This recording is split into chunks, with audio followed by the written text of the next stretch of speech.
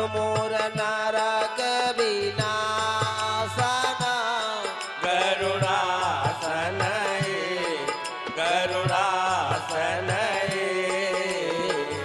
सुरकुल के निदान जय जय देव हरे अमल कमल दल लोचन भवमोचन भवमोचन त्रिभुवन भवन निधान जय जय देव हरे जनक सुता कृत भूषण कृत दूषण कृत दूषण समर समीप दस कंठ जय जय देव हरे अभिनव जलधर सोतर कृत मंदर कृत मंदर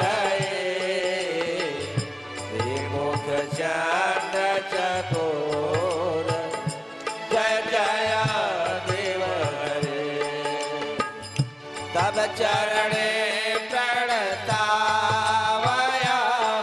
इति भावय इति भावय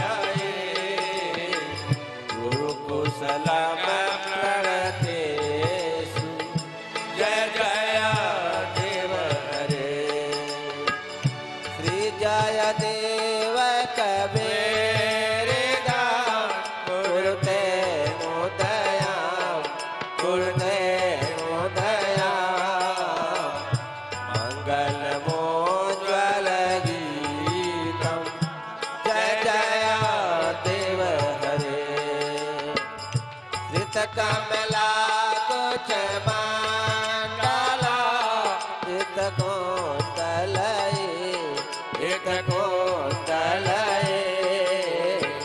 ललित ललित वनमाल जय जय देव हरे ललित ललित वनमाल वरदाय सुरप्रियाय लंबोदराय सकलाय जगद्धिताय नागाननाय श्रुतियाज्ञविभूषिताय गौरीसुताय गणनाथ नमो नमस्ते ज्ञानेन योगेन च कर्मणा च भक्त्या च सर्वस्य समर्पणेन आराधिताभ्यां श्रुतिमार्गदक्षैर् नमो नमः श्रीगुरुपादुकाभ्याम् सुरासुरासेवितपादपङ्कजा करे विराजत कमनीयपुस्तका विधेश पत्नी कमलासनप्रिया सरस्वती नृत्यतुवाच मे सदा वंशे विभूषितकरानवनीरदाभात् पीताम्बराधरुणबिम्बफलाधरोष्टात् पूर्णेन्दुसुन्दरमुखादरविन्दनेत्रात् कृष्णात् परं किमपि तातहं न जाने वन्दे नन्दवस्त्रिणां पादरेणुं भिक्षिषा यासामरिकतोदगीतं पुनाति भुवनत्रयं मनोजवं मारुततुल्यवेगं जितेन्द्रियं बुद्धिमतां वरिष्ठं वातात्मजं वानरयूथमुख्यं श्रीरामदूतं शरणं प्रपद्ये। ॐ जयन्ती मङ्गलाकाली भद्रकाली कपालिनी दुर्गा क्षमा शिवा धात्री स्वाहा सदा नमोस्तुते। कर्पूरगौरं करुणावतारं संसारसारं भुजगेन्द्रहारं सदा वसन्तं हृदयारविन्दे भवं भवानी सहितं नमामि। मुरलीधरा मनमोहना हे नन्दनन्दना श्रीराधिमाधवा। मुरलीधरा मनमोहना हे नन्दनन्दना श्रीराधिमाधवा। मुरलीधरा मनमोहना हे नन्दनन्दना श्रीराधिमाधवा। मुरलीधरा मनमोहना हे नन्दनन्दना श्रीराधिमाधवा। राधे राधे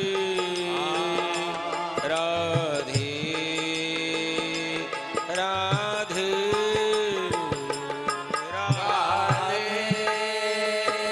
राधे राधे राधे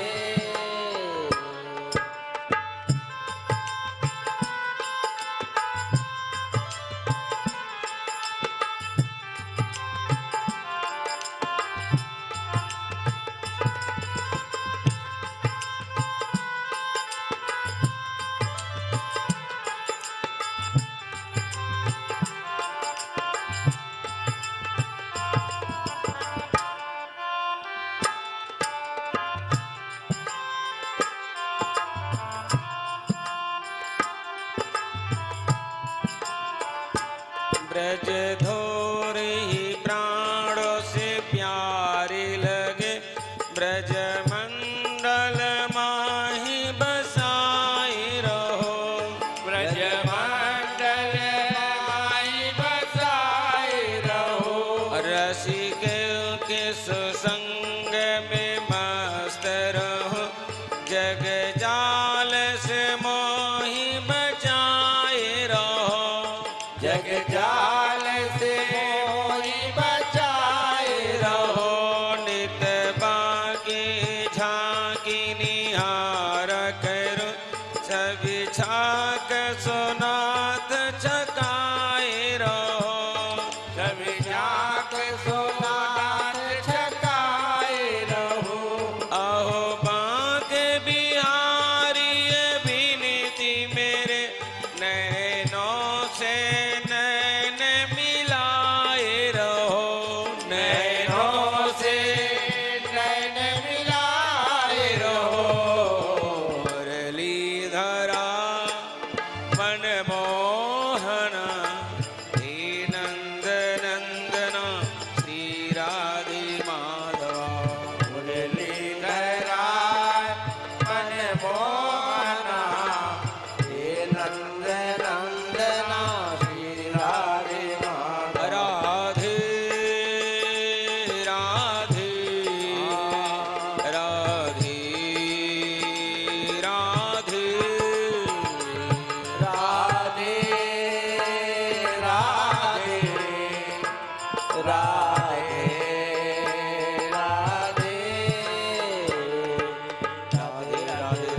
राधे राधे राधे राधे राधे राधे राधे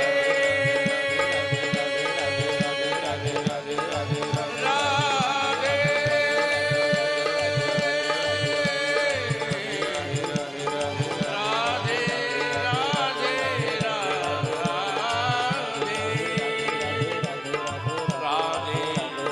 राधे राधे राधे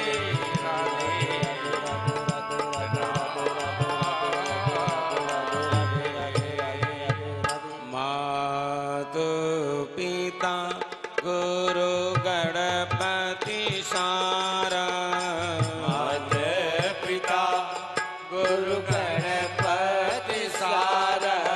सेवा समेत शंभु शुक नारा देवा समेत शंभु सुत नारद चरण कमल बीनवहु शब काहू चरण कमल विलमहु सब काहू देहु राम पद नेह निबाहु देहो राम पद नेह निबाहु पवन तनया संतन हितकारी पवन तनय संतन हितकारी हृदय विराजत अवध बिहारी हृदय विराजत अवध बिहारी राजीव नयन धरे धनुषाया राजीव नयन धरे धनुषाय भगत विपति जन सुखदायक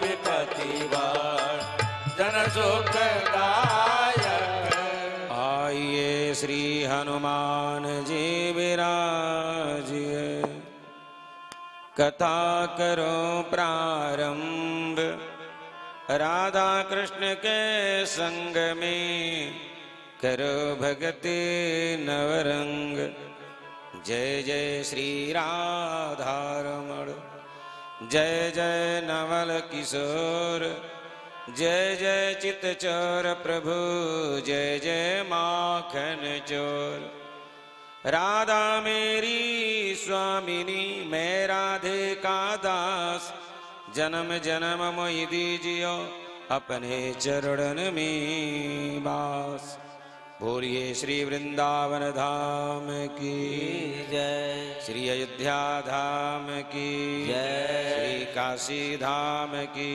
जय बाबा गुरु गोरक्षनाथ धाम की जय श्री गिरिराज भगवान की जय गिरिराज धरन भगवान की जय यमुना महारानी की जय श्री बांके बिहारी की जय श्री राधा रानी की जय बरसाने वारी की जय वृषभान के दुलारी की जय श्री व्यास भगवान की जय श्री सुखदेव जी महाराज की जय श्रीमद् भागवत महापुराण की जय श्री हनुमान जी महाराज की जय जय जय श्री राधे जय जय श्री राधे जय जय श्री राधे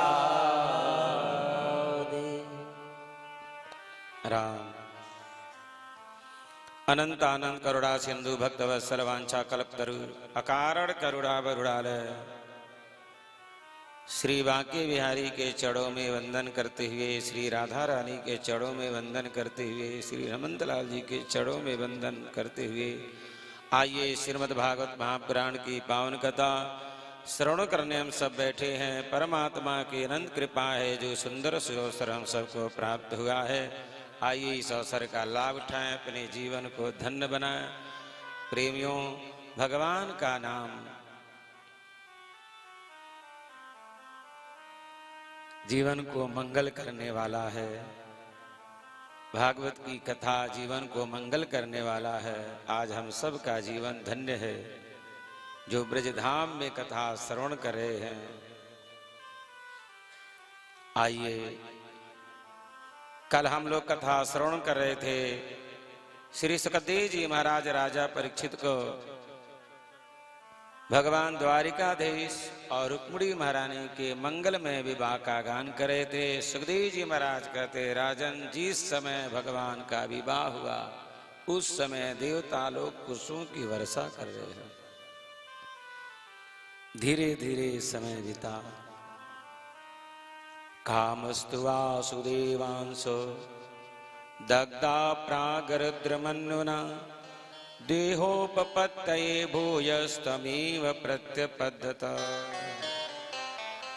समय बीता है और रुक्मिणी जी की महारानी के गर्भ से एक सुंदर बालक जन्म लिया। जिनका नाम पड़ा प्रद्युम्न जी महाराज। प्रद्युम्न जी का जन्म हेतु से हुआ, मानो कारण से हुआ। एक संबरासुर नामक असुर था, जिसने एक बार देवताओं के ऊपर विजय प्राप्त कर लिया। स्वर्ग का अधिपति बन गया। एक दिन ब्रह्मा जी को बुलाकर पूछा कि हमारा मृत्यु किसके हाथ से होगा। ब्रह्मा जी ने कहा तुम्हारा मृत्यु श्री कृष्ण के पुत्र प्रद्युम्न के हाथ होगा। तो संबरासुर इंतजार करने लगा कि जब द्वारिका में पुत्र जन्मोत्सव मनाया जाएगा उसी समय जाऊंगा और प्रद्युम्न का हरण कर लूंगा, वध कर दूंगा, मेरा काल समाप्त हो जाएगा। आइए समय आ गया, द्वारिका में पुत्र जन्मोत्सव मनाया जा रहा था, उसी समय संबरासुर आया है और प्रद्युम्न जी का हरण करके लेकर जाने लगा, भागने लगा। मार्ग में नारद जी मिल गए। नारद जी ने कहा ओ संबरासुर कहां भागा भागा जा रहा है। संबरासुर ने कहा देख नहीं रहे हो, ये कृष्ण का पुत्र प्रद्युम्न है जो मेरा काल है, मैं इसका वध करने जा रहा हूं। नारद जी ने कहा भला आदमी, इतना छोटा सा बालक तुम्हारा काल कैसे हो सकता है, शत्रु कैसे हो सकता है, यदि है भी तो इसको तो सागर में फेंक दो, अभी मर जाएगा, वध करने की क्या जरूरत है। संबरासुर ने कहा ठीक ही तो कह रहे हो। और उसी समय संबरासुर ने सागर में फेंका तो एक मछली जमुआई ले रही थी, सांस ले रही थी, इतने में प्रद्युम्न जी उस मछली के मुख में चले गए और उस मछली को एक मछुआरा पाया और संबरासुर के राजमहल में पहुंचा दिया। मछली के पेट में चीर लगाया तो सुंदर बालक जाकर कहा लोगों ने कि महाराज मछली के पेट से एक सुंदर बालक निकला है। तो संबरासुर ने कहा हमारे राजमहल में जो संगीत विद्या सिखलाती है भानामती, उसी को दे दो, लालन पालन करेगी। ये भानामती कौन है? एक कामदेव की पत्नी रति है। अब प्रद्युम्न कौन है? कामदेव हैं जो भगवान शिव के क्रोध से जल चुके थे, आज शरीर प्राप्ति के लिए भगवान के यहाँ पुत्र बनकर आए हैं। नारद जी ने कहा अब तुम्हारे पति संबरासुर के राजमहल में पहुंचने वाले हैं, इसलिए जाओ तुम वहां पर दासी की काम करो, सेवा करो, वहीं पर मिलन होगा। नारद जी के प्रेरणा से भानामती संगीत विद्या सिखला रही है। आज प्रद्युम्न जी पहुंच गए भानामती के गोद में। भानामती लालन पालन करने लगी। लेकिन जब संबरासुर को पता चला कि अरे मेरा शत्रु तो मेरे घर में पल रहा है, तो मारने का बहुत प्रयास किया। भानामती ने रसायन विद्या से बड़ा कर दिया। प्रद्युम्न जी बड़े हो गए तो भानामती के आचार विचार में थोड़ा परिवर्तन आने लगा। प्रद्युम्न जी ने कहा क्यों देवी जी, पुत्र के भांति मेरा लालन पालन की, अब आपके विचार में थोड़ा सा परिवर्तन दिख रहा है, क्या बात है?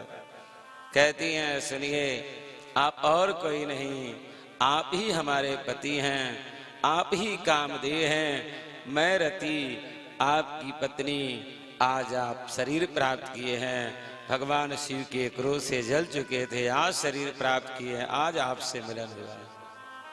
संबरासुर इंद्रादि देवताओं को बहुत दुख दे रहा है, उसका उद्धार कीजिए आप। ताप क्रोध में आ गए प्रद्युम्न जी और उसी समय संबरासुर से युद्ध किए। खेल खिलाते हुए प्रद्युम्न जी ने संबरासुर का उद्धार कर दिया और वहां से भानामती को लेकर आए। द्वारिका में अद्भुत स्वागत हुआ। रुक्मिणी जी कहने लगी, यदि ऐसा मेरा बेटा होता ना, आज मेरा बेटा होता तो इतना ही बड़ा हो गया होता। भगवान द्वारिकाधीश ने कहा, देवी जी यही तो है, यही है। हाँ, आप तो हृदय से लगा लीजिए। अद्भुत स्वागत। भगवान बहुत कम दिन में पुत्र और पुत्र वधू वाले हो गए, बहुत कम दिन में। सुखदेव जी महाराज कहते हैं, राजन, द्वारिका में एक सत्राजीत नामक यादव रहता, जिसने एक बार सूर्य नारायण की उपासना किया ना, तो सूर्यदेव प्रसन्न होकर के स्यमंतक मणि प्रदान कर दिए। सत्राजी स्यमंतक मणि पा करके बहुत प्रसन्न हुआ, पर भगवान सूर्य ने कहा, सत्राजीत ले जाओ, ये 8 भार सोना नित्य देगा, 10 घंटा पूजा करोगे तो। लेकिन याद रखना, अपवित्र अवस्था में धारण करोगे तो जो भी धारण करेगा उसकी मृत्यु हो जाएगी। संबरासुर पहन करके जब चला द्वारिका में, तो द्वारिका वासी यही कहने लगे, अरे सूर्य नारायण कैसे नीचे आ गए हैं धरती पर। ओ देखो, सूर्य नारायण नीचे आ गए। लेकिन जब पास गए तो देखा क्या, ये तो सत्राजीत। अरे सत्राजीत, स्यमंतक मणि, अरे स्यमंतक मणि। सब आश्चर्य में पड़ गए। अब सत्राजीत लोगों को दिखाते हुए चलता कि मेरे पास स्यमंतक मणि है, मेरे पास स्यमंतक मणि है। गांव में किसी के पास 4 पहिया गाड़ी ना हो, किसी को आ जाए, तो कम रास्ता छोड़ करके थोड़ा लंबा रास्ता तय करता है, जिससे लोग देखें कि हाँ, इनके पास गाड़ी है। सत्राजीत घूम घूम करके दिखाने लगा। रोज पूजा करता तो 8 भार सोना नित्य देता, और बहुत कम दिन में सत्राजीत बहुत बड़ा धनवान बन गया। लेकिन लोगों को दिखाते हुए चलता। एक दिन द्वारिकाधीश के गलियों से निकला तो भगवान ने कहा, ओ सत्राजीत, यह समंतक मणि पहन करके घूमने वाली वस्तु नहीं है, कहीं सुरक्षित रख दो। सत्राजीत ने कहा, कन्हैया तुम्हें चोरी करने की आदत है, कहीं चुरा मत लेना। कन्हैया ने कहा, लो मैंने अच्छी बात कही, इसे बुरा लगा, चलो कोई बात नहीं। इतना कहना था कि घटना घटी गई। एक दिन सत्राजीत का भाई प्रसेन शिकार खेलने के लिए गया जंगल में, मार्ग में अपवित्र हो गया तो एक शेर ने मार डाला। वहीं पर एक गुफा थी जिसमें जामवंत जी रहते थे, निकल कर आए, शेर को मार डाले और स्यमंतक मणि लेकर गुफा के अंदर गए, अपनी बेटी जाम्बवती को दे दिए। जाम्बवती जी खेलने लगी। इधर कई दिन बीत गया, प्रसेन नहीं आया तो सत्राजीत सबसे पहले पत्नी से अपने बोला, देखो जी बात पक्की तो नहीं है, लेकिन मुझे लग रहा है कि कृष्ण ने मेरे भाई को मार करके स्यमंतक मणि छीन लिया। पर एक बात सुन लो, किसी से कहना मत। नहीं कहूंगी। फिर क्या, अपने सखी से बोली, सुनो जी बात पक्की नहीं है, लेकिन लगता है मेरे देवर जी को कृष्ण ने मार करके स्यमंतक मणि छीन लिया। पर किसी से कहना नहीं, बात पक्की नहीं है। वो तीसरी से बोली, सुनो जी सुनी हूं कि प्रसेन को मार करके कृष्ण ने स्यमंतक मणि छीन लिया। अब तो धीरे धीरे पूरे द्वारिका में फैल गई बात। कोई बात प्रचार करनी हो बस पत्नी को बता दो, लेकिन कह देना किसी से कहना मत। वो दूसरे से बोलेगी, वो दूसरे से बोलेगी, वो दूसरे से बोलेगी, धीरे धीरे बात फैल जाएगी। इसी से कहना मत बस। अब गांव में धीरे धीरे चर्चा होने लगी। कुछ लोग तो कहते, अरे भाई द्वारिकाधीश के पास किस बात की कमी है जो स्यमंतक मणि इसका चुरा लेंगे। पर कुछ लोग तो कहते भाई बचपन की आदत जाती नहीं है, माखन चुराते थे अब मड़ी चुराने लगे। फैल गई बात धीरे धीरे। एक दिन सत्राजीत ने जाकर के दाऊ से कह दिया, भैया कृष्ण ने मेरे भाई को मार करके समंतक मणि छीन लिया। दाऊ जी ने कहा, देख सत्राजीत, चोरी करने की आदत है, तुम्हारी समंतक मणि चुरा लिया होगा, मान सकते हैं, लेकिन तेरे भाई को मार करके छीन लिया ये नहीं हो सकता, ऐसा मत बोल। नहीं नहीं, उसी ने पूछी थी। सत्राजीत ने कहा, कृष्ण ने ही पूछी थी कि कहीं सुरक्षित रख दो, ये पहन करके घूमने वाली वस्तु नहीं है, शायद उसका मन चल गया और मेरे भाई को मार डाला।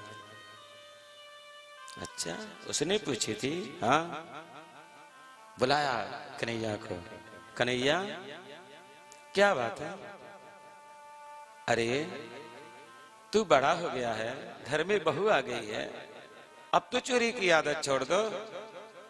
तुमने प्रसेन को मार डाला समंतक मणि के लोभ में।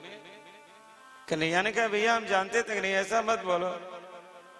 तो ये पूछने की जरूरत क्या है कि समंतक मणि पहन करके घूमने वाली वस्तु है कि कहीं सुरक्षित रखने वाली वस्तु है, ये तुमसे क्या मतलब? कन्हैया जाओ, जब तक लेकर के नहीं आओगे तब तक मैं तुमसे बात नहीं करूंगा। आज भगवान को बहुत बड़ा कलंक लग गया।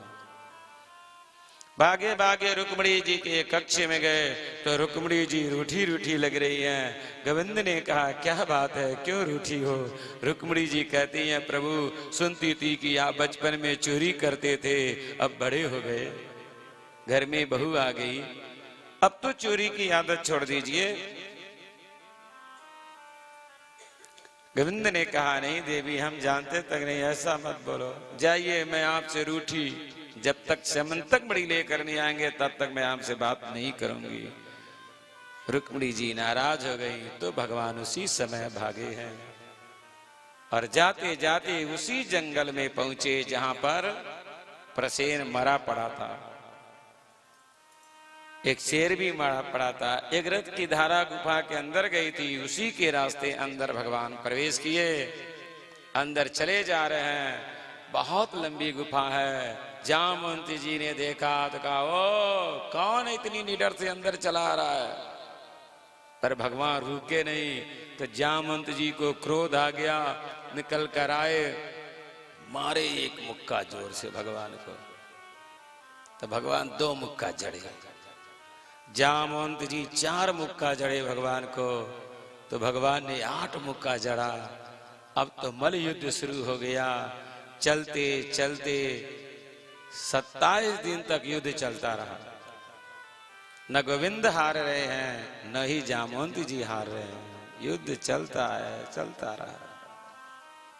28वें दिन में भगवान ने जामवंत जी को पटक करके सीने पर चढ़ गए। तब जामवंत जी ने कहा, बस बस बस बस बस, अपने असली रूप में आओ। कौन हो तुम?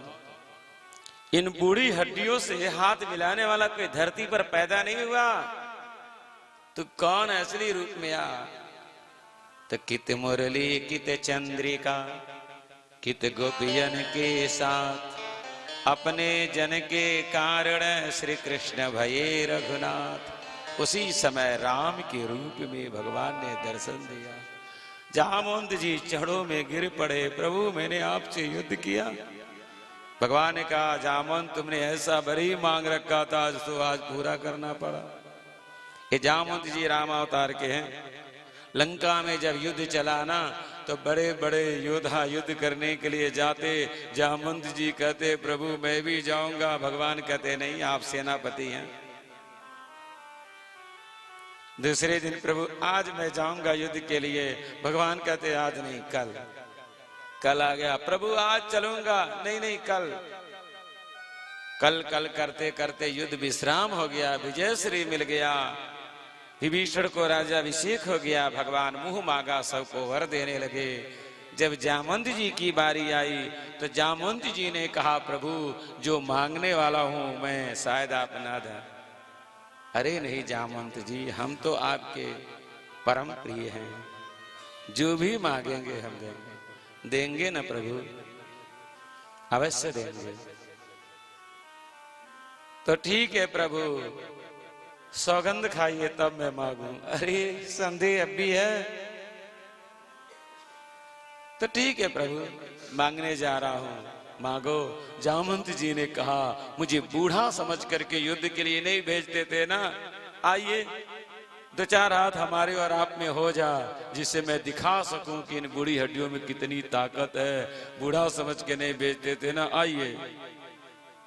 भगवान बोले, रे स्वामी और सेवक में युद्ध नहीं। जामवंत जी ने कहा, आपने वचन दिया इसलिए आइए। भगवान बोले, ठीक है, लेकिन अभी नहीं, थोड़ा समय दो। कृष्णावतार लूंगा तब तुमसे युद्ध करूंगा, उस समय भर पूरा करूंगा, अभी नहीं। आज वही भगवान जामवंत जी से युद्ध करके भर पूरा किए। जामवंत जी ने कहा, प्रभु इस गुफा में आने का कारण? भगवान कहते, मुझे स्यमंतक मणि चोरी का कलंक लगा है, सो लेने आया हूं। जामवंत जी ने कहा, देखिए मेरी बेटी खेल रही है, मेरी बेटी खेल रही है, मैं स्यमंतक मणि आपको दे देता, लेकिन अब मैं अधिकार खो चुका हूं। अब ये मेरे बेटी का हो गया, अब बेटी से का दिया हुआ धन मैं आपको कैसे दे दूं? बेटी का दिया हुआ धन आपको कैसे मैं दे दूं? भगवान बोले, जैसे भी हो मुझे चाहिए। तब जामवंत जी ने कहा, एक उपाय है, आप मेरी बेटी से विवाह कर लीजिए, तो मेरी बेटी आपकी तो मेरा वो मणि भी आपका। भगवान बोले, ये तो हो सकता है। तो आइए दूसरा विवाह भगवान ने जाम्बवती जी से किए। जंगल में मंगल हो गया और ले करके भगवान आए हैं। अब रुक्मिणी जी को नाराज होना चाहिए, एक मैं ही थी, एक और आ गई, लेकिन जहाँ रुक्मिणी जी भव्य आरती उतारी है, भव्य आरती उतारी है। चलो मैं ही एक प्रभु से प्रेम करने वाली थी, मेरे प्रेमियों की संख्या बढ़ी, भक्तों की संख्या बढ़ी। रुक्मिणी जी भव्य आरती उतारी और भगवान स्यमंतक मणि लाकर सत्यराजीत को दिए। जब सत्यराजीत को पता चला कि अरे कृष्ण ने नहीं, शेर ने मारा था, तो बहुत लज्जित हुआ। गांव में जब पता चला तो गांव के लोग सत्यराजीत को धिक्कारने लगे। अरे सत्यराजीत, तू तो पापी है, कृष्ण को चोर बना दिया, कलंक लगा दिया। हम लोग तो कह ही रहे थे कि द्वारिकाधीश के पास किस बात की कमी है जो स्यमंतक मणि चुराएंगे, पर सत्यराजीत ने बहुत बड़ा कलंक लगा दिया। भला बुरा सुनाने लगा। लेकिन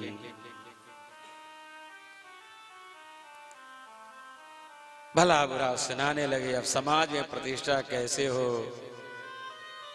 तो सत्यराजीत ने आकर के दाऊ भैया से क्षमा मांगा, हमें क्षमा कर दीजिए। दाऊ ने कहा, मैंने तुझे तो क्षमा कर दिया, लेकिन जिसका अपराध की उससे क्षमा मांगो, कृष्ण से। सत्यराजीत कन्हैया के पास गया, कन्हैया हमें क्षमा कर दो, क्षमा कर दो। कन्हैया ने कहा, जा क्षमा कर दिया, ये स्यमंतक मणि तुम ले लो। बोले नहीं, जिसके कारण मुझे कलंक लगा नहीं चाहिए। बोले ऐसे नहीं लोगे तो मेरी एक बेटी है सत्यभामा, उससे विवाह कर लो, दहेज में ले लो। भगवान बोले ये तो हो ही सकता है। फिर मंगल गान हुआ, खूब मंगलमय। भगवान का तीसरा विवाह सत्यभामा के साथ हुआ, सत्यभामा के साथ हुआ तीसरा विवाह भगवान का। भगवान को कलंक क्यों लगा? क्योंकि भादो के चौथ के दिन चंद्रमा को देखे थे। भादो के चौथ के दिन जो चंद्रमा को देखता उसको कलंक लगता है। क्यों? क्योंकि भादो का चौथ का ही दिन था, गणेश जी महाराज भ्रमण करने निकले थे। वर्षा ऋतु, जगह जगह कीचड़, जब चले हैं तो लंबी सूंड, फिसल गया पैर, गिर गए, रोने लगे। तो आकाश में चंद्रमा ने देखा तो ठठाका मार करके हंसा। गणेश जी ने कहा मुझे चोट लग गई तो हंस रहा, चुप हो जा। पर चुप होने का नाम न ले, ठटाका मार कर करता गया। इतने में गणेश जी ने श्राप दे दिया, जा चंद्रमा तू मुझे देखकर हंस रहा है ना, जा मैं तुझे श्राप देता हूं, आज के दिन तुझे जो देखेगा वो हंसी का पात्र बनेगा। रोज तेरी पूजा होगी लेकिन आज के दिन तुझे कोई देखना नहीं चाहेगा, तू मलिन हो जाएगा। अब तो चंद्रमा रोने लगे, सागर में जाकर छिप गए। देवताओं ने गणेश जी महाराज से प्रार्थना किया, गणेश जी क्षमा करिए। बहुत प्रार्थना किया तो गणेश जी ने कहा जाओ चंद्रमा, जाओ चंद्रमा, 15 दिन मलिन रहोगे और 15 दिन उजाले में रहोगे। 15 दिन मलिन रहोगे, 15 दिन उजाले रहोगे, लेकिन कलंक तो लगेगा। आज के दिन जो तुझे देखेगा कलंक तो लगेगा, लेकिन याद रखना जो स्यमंतक मणि चोरी का कथा श्रवण कर लेगा उसको एक कलंक से मुक्त हो जाएगा। इसलिए भादों के चौथ के दिन जो चंद्रमा देख लेते हैं भूल से भी, और भागवत में बैठ करके ये कथा श्रवण कर लेते हैं तो उससे मुक्त हो जाते हैं उस कलंक से। आइए इस तरह से भगवान का विवाह तीसरा हुआ। आइए चौथा विवाह कराते हैं। सुखदेव जी महाराज कहते हैं, राजन एक बार अर्जुन के साथ भगवान भ्रमण करने के लिए गए थे यमुना जी के तट पर। तो यमुना जी के तट पर एक स्त्री तप कर रही थी। भगवान बोले जरा पता करो अर्जुन कौन है, क्या कर रही है। अर्जुन गए, पूछे देवी कौन हो, क्या कर रही हो। तो कहती अहम देवस्य सवितुर दुहितापतिमिच्छति विष्णु वरण्यं वरदं तप परममा स्थितः।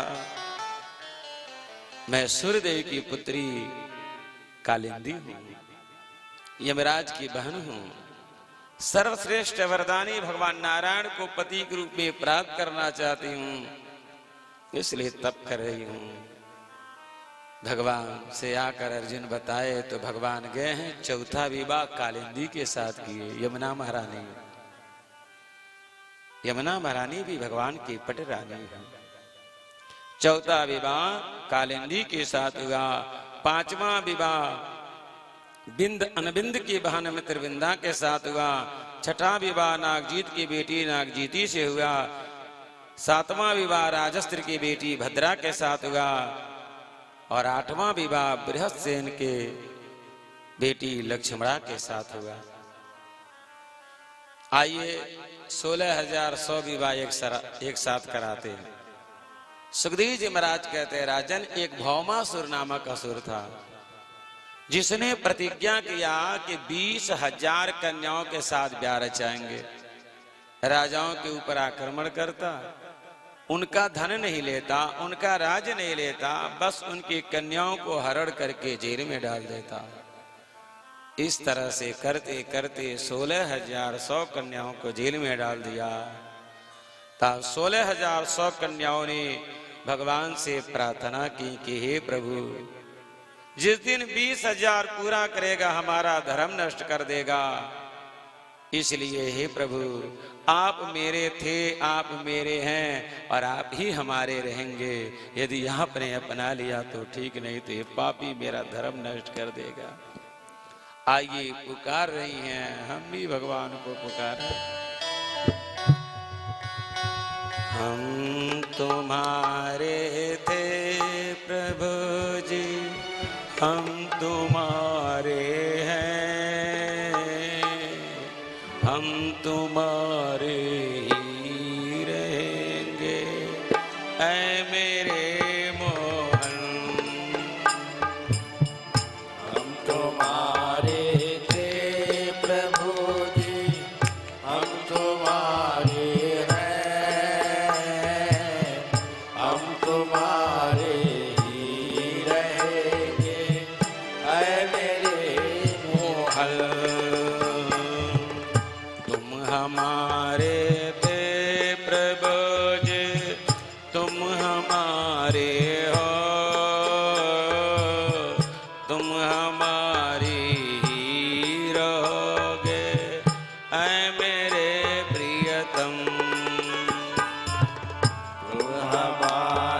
सब गाइए भाव से। प्रभु जी तुम हमारे हो, तुम हमारे ही रहोगे ऐ मेरे प्रियतम।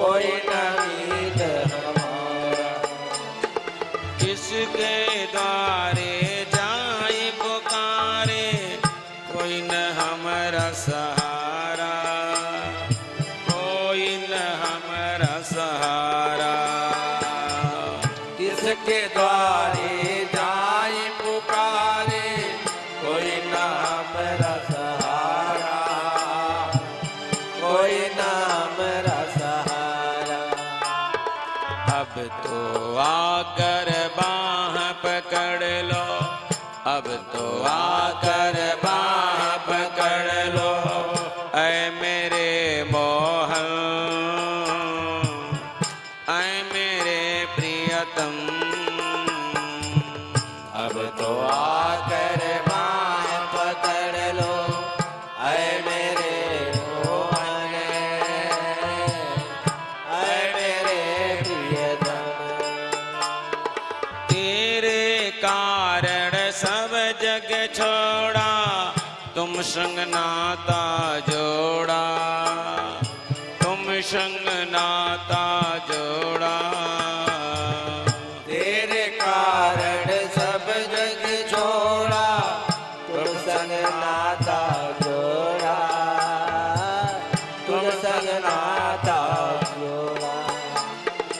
एक बार प्रभु हंस कर कह दो, तू मेरा मैं तेरा, तू मेरा मैं तेरा। एक बार प्रभु हंस कर कह दो, तू मेरा मैं तेरा, तू मेरा मैं तेरा। साची प्रीत की रीत निभा दो, साची प्रीत की रीत निभा दो, ऐ मेरे मोहन, ऐ मेरे प्रियतम। साची प्रीत की रीत निभा दो, प्यारे ऐ मेरे मोहन, ऐ मेरे प्रियतम।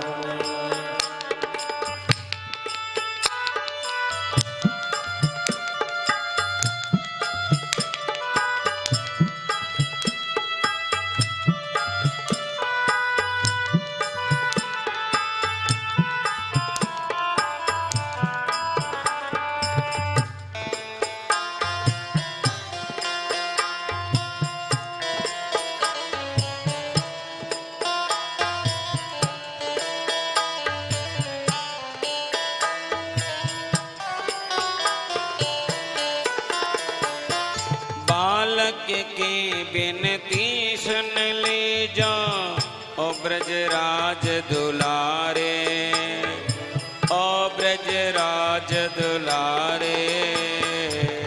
बालक की विनती सुन लीजो ओ ब्रजराज दुलारे, ओ ब्रजराज दुलारे।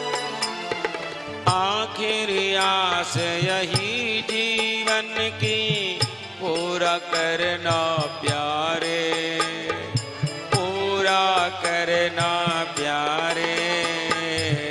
आखिर आस यही जीवन की पूरा करना प्यारे, पूरा करना प्यारे।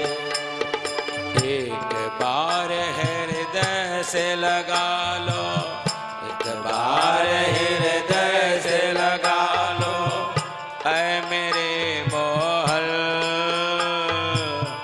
ऐ मेरे प्रियतम। एक बार हृदय से लगा लो, ऐ मेरे मोहन, ऐ मेरे मोहन,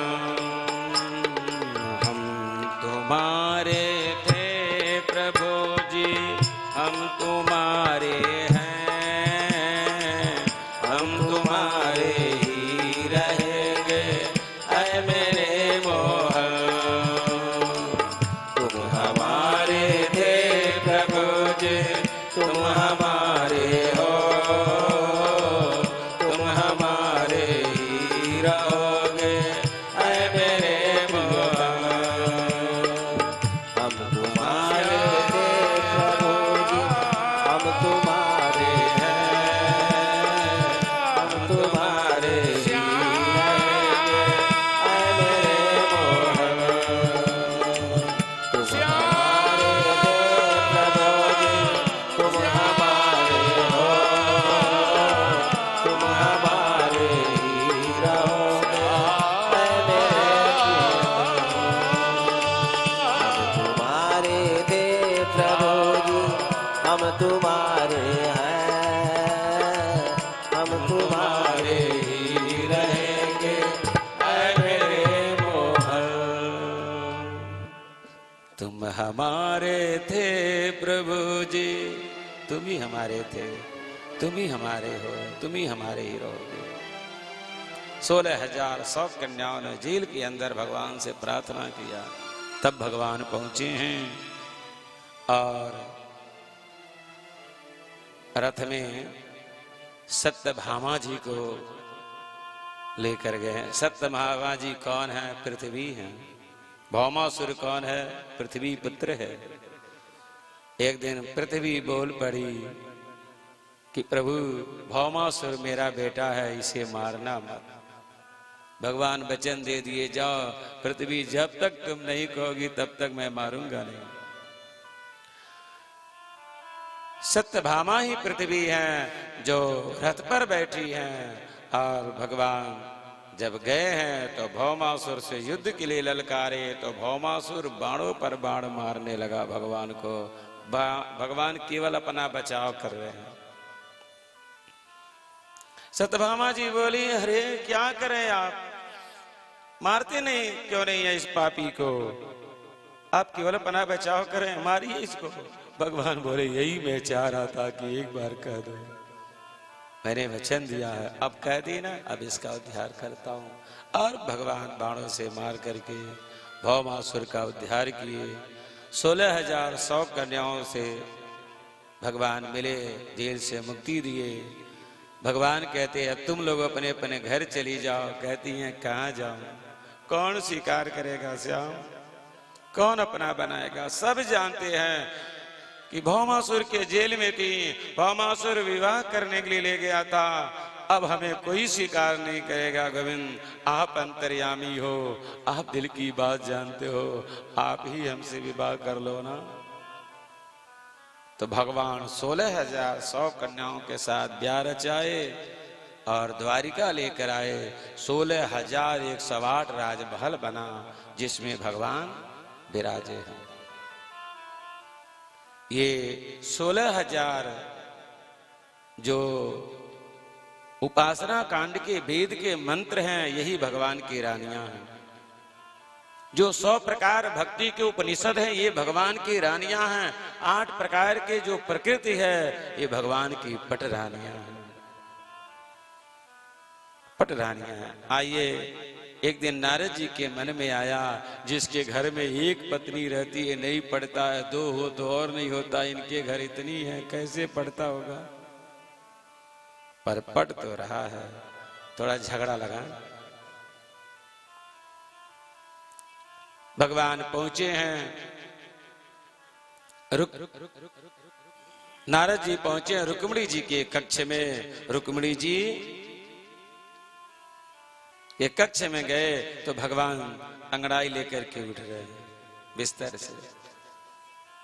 भगवान बोले नारद जी बहुत सुबह सुबह। बोले प्रभु इधर से निकल रहा था, सोचा दर्शन करता चलो। नारद जी बोले चलो यहाँ है तो जामवती जी के कक्ष में थोड़ी ही होंगे, वहाँ चलता हूँ झगड़ा लगाऊंगा। तो वहाँ गए तो भगवान मोक्ष प्रक्षालन करें। नारद जी क्या बात है, बस प्रभु इधर से निकल रहा था।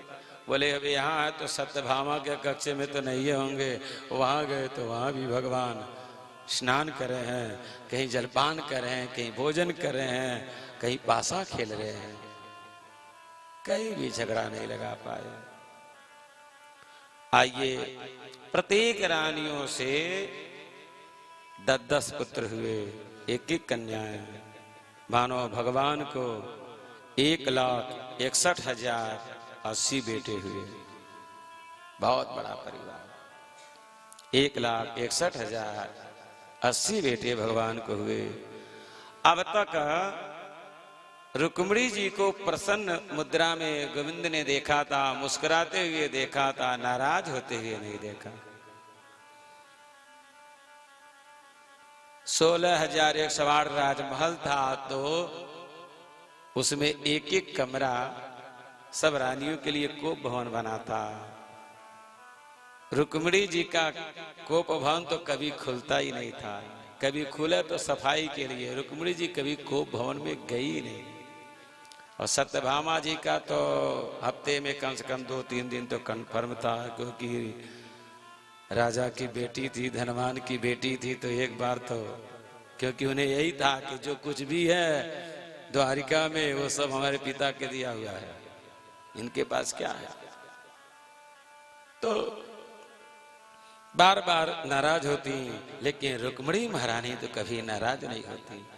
गोविंद ने सोचा रुक्मिणी जी हमेशा प्रसन्न रहती हैं, मुस्कुराती रहती हैं, बहुत अच्छे लगती हैं, जरा नाराज होती हैं तो कैसी लगती हैं ये मैंने कभी नहीं देखा। चलो रुक्मिणी जी को थोड़ा नाराज करके देखो। भगवान सीरियस बैठ गए। रुक्मिणी जी कहती हैं प्रभु क्या बात है। कुछ नहीं। अरे कोई बात है क्या। कुछ नहीं। कोई गलती हो गई, कोई भूल हो गई क्या। कुछ नहीं देवी। क्यों गंभीर बैठे, कुछ तो बोलिए। गोविंद ने कहा देवी एक गलती हो तुम्हारी तो बताऊं। तुम तो गलती पर गलती, गलती पर गलती, गलती पर गलती करती जा रही हो। ये भगवान कौन सा अपराध हो गया। गोविंद ने कहा देवी राजपुत्री सीता भूपैर लोकपाल विभूत भी महान भावी श्रीमद भी रूपै दालिर बलोर्जित। देवी जी आपने गलती पर गलती किया। कौन सा गलती, बस यही गलती किया आपने मुझसे विवाह करके। बहुत बड़ी गलती। गलती नहीं है तो क्या है। अब आप कहिए कि आप बहुत सुंदर थे इसलिए मैंने विवाह कर लिया, तो काहे को सुंदर। कलुआ कलुआ कह करके लोग मुझे बुलाते, कनुआ कनुआ कह कर बुलाते हैं। चलिए ये भी नहीं तो आप कहिए कि आप बहुत वीर हैं इसलिए आपसे मैंने विवाह कर लिया, तो काहे को भी रोज लोग मुझे रणछोड़ कहते, युद्ध भूमि से भाग निकला हूं। आप कहिए इसलिए मैंने विवाह कर लिया कि बड़े बड़े राजा लोग सम्मान करते हैं। काहे को राजा लोग सम्मान करते हैं। जितने भी राजा हैं सबसे मैं बैर ठान रखा हूं। अकिंचन लोग मुझे प्रिय हैं, अकिंचन लोगों को मैं प्रिय हूं। अपने आप को धनी मानने वाला मुझसे प्रेम करता कहां है? ये फक्कड़ बाबा लोग प्रेम करते हैं। आप कहिए कि राजा, आप राजा बनने वाले थे इसलिए मैंने विवाह कर लिया, तो काहे क्यों राजा? अगर द्वारिका का कोई राजा बनेगा तो वो बनेंगे दाऊ भैया, राज सिंहासन से भी नहीं। बड़े बड़े राजाओं से मैंने बैर ठान रखा है और राजाओं के भय से समुद्र के बीच में छिपा हूं। देवी जी आपने बहुत गलती किया है। आप चाहिए तो अब भी देखिए, भगवान एक तरफ देख रहे हैं कि रुक्मिणी जी नाराज हो रही है कि नहीं हो रही, पर रुक्मिणी जी एक एक बात सुनती जा रही है, नाराज नहीं हो रही है। लेकिन ज्यों ही गोविंद ने कहा कि आप दूसरा विवाह कर लीजिए, सुनते ही रुक्मिणी जी मूर्छित हो गई। ज्यों ही मूर्छित हुई, भगवान 4 भुजा धारण कर लिए। 2 भुजा में रुक्मिणी जी को ले लिए गोद में और एक भुजा से पंखे झलने लगे, एक भुजा से सर सहलाने लगे। ये भगवान, मैं सोच रहा था नाराज होंगी, ये तो मूर्छित हो गई। उठो विदर्भ नंदिनी, बुरा मत मानना, हम तो तुम्हारी विनोद भरी बातें सुनने के लिए ऐसा मैंने कहा है, बुलाना मत करो, नाराज मत हो। रुक्मिणी जी कहती हैं, प्रभु आपने जो कहा वो सच कहा, इसमें उलाहना नहीं है। कहा जगत यंता जगत मालिक, मैं एक साधारण जीव, मैं आपके अनुरूप कैसे हो सकती है? आपने कहा कि बड़े बड़े राजाओं से मैंने बैर ठान रखा है, तो गोविंद इसमें तनिक भी संदेह नहीं है कि आपने बड़े बड़े राजाओं से बैर नहीं ठाना है। पर राजा शब्द का अर्थ धरती का राजा नहीं, ये इंद्रियां ही हमारे ऊपर राज कर रही है। ये इंद्रियां ही हमारे ऊपर राज कर रही हैं। नेत्र सौंदर्य की तरफ, त्वचा स्पर्श की तरफ, जीवा स्वाद की तरफ, नासिका सुगंध की तरफ, कान मधुर स्वर की तरफ, मानो ये इंद्रियां ही हमारे ऊपर राज कर रही हैं। इनके भय से आप हृदय रूपी सिंह समुद्र में छिपे हुए हैं। इनके भय से आप हृदय रूपी समुद्र में छिपे हुए हैं गोविंद। इनसे तो आपका हमेशा बैर रहा। जो इंद्रियों का दास रहता है वो आपका दास कभी नहीं हो सकता। जो आपका दास है वो इंद्रियों का दास नहीं हो सकता। आपने कहा अकिंचन लोग मुझे प्रिय, किंचन लोगों को मैं प्रिय हूं। प्राय अपने आप को धनी मानने वाला आपसे प्रेम नहीं करता है। जो आपको ही सर्वस्व धन मांगता है वही आपसे प्रेम करता। आपने कहा राज सिंहासन से वंचित हो, तो सुनिए प्रभु, जिनका प्रेम आपके चरणों में हो गया, जिनका आपके चरणों में अनुराग हो गया, बड़े बड़े राज को ठोकर मार देते हैं, क्योंकि जानते हैं कि धन दौलत के चक्कर में पड़ करके जीव घोर नरक में चला जाता है। धन दौलत तो 4 दिन की चांदनी है, उसका दीपक बुझा हुआ है। बड़े बड़े राज को ठोकर मार देते हैं। कबीरा सब जग निर्धना, धनवंता ना कोई, धनवंता सोई जानिए, जाके राम नाम धन हो। कबीरा सब जग निर्धना, धनवंता ना कोई, धनवंता सोई जानिए, जाके राम नाम धन हो। राम नाम धन जिनके पास है उसके पास सब कुछ है। एक बार धर्म सभराष्कर पात्री जी महाराज अपने शिष्यों से बोले, हम जा रहे हैं करोड़पतियों से मिलने, लखपतियों से मिलने। शिष्यों ने कहा गुरुदेव वो तो दिल्ली में मिलेंगे, कलकत्ता में मिलेंगे, बंबई में मिलेंगे। स्वामी करपात्री जी ने कहा दिल्ली बंबई कलकत्ता में तो भिखमंगे रहते हैं, तो करोड़पति लखपति कहाँ मिलेंगे? बोले श्री वृंदावन धाम में मिलेंगे, काशी में मिलेंगे, अयोध्या में मिलेंगे। जो करोड़ बार लाख बार भगवान का नाम लेता है वो लखपति है, वो करोड़पति है। नानक दुखिया सब संसारा, सोही सुखिया जाके नाम आधारा। मीरा मेवाड़ की राजरानी थी ना, हीरा पन्ना पुखराज मड़िया सब कुछ प्राप्त थे, लेकिन कभी मीरा ने ये नहीं कहा कि हीरा पाई, मोती पाई, पन्ना पाई, पुखराज पाई, कभी कहा। लेकिन सदगुरु से जब राम नाम मिल गया तो मगन होकर के नाचने लगी। पायो जी मैं तो राम रतन धन पायो, पायो जी मैं तो राम रतन धन पायो। पायो जी मैं तो राम रतन धन पायो। पायो जी मैं तो राम रतन धन पायो। राम रतन धन श्याम रतन धन, राम रतन धन श्याम रतन धन। राम रतन धन श्याम रतन धन। राम रतन धन श्याम रतन धन। पायो जी मैं तो राम रतन धन पायो। पायो जी मैं तो राम रतन धन पायो।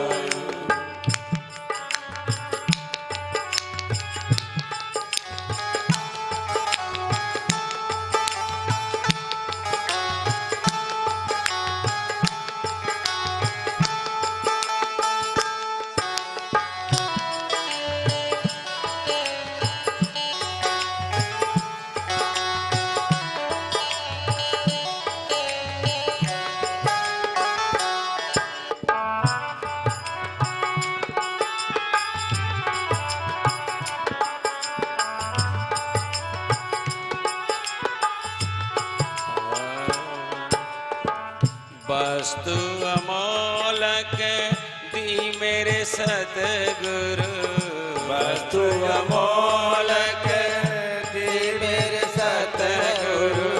वस्तु अमोलक दी मेरे सतगुरु।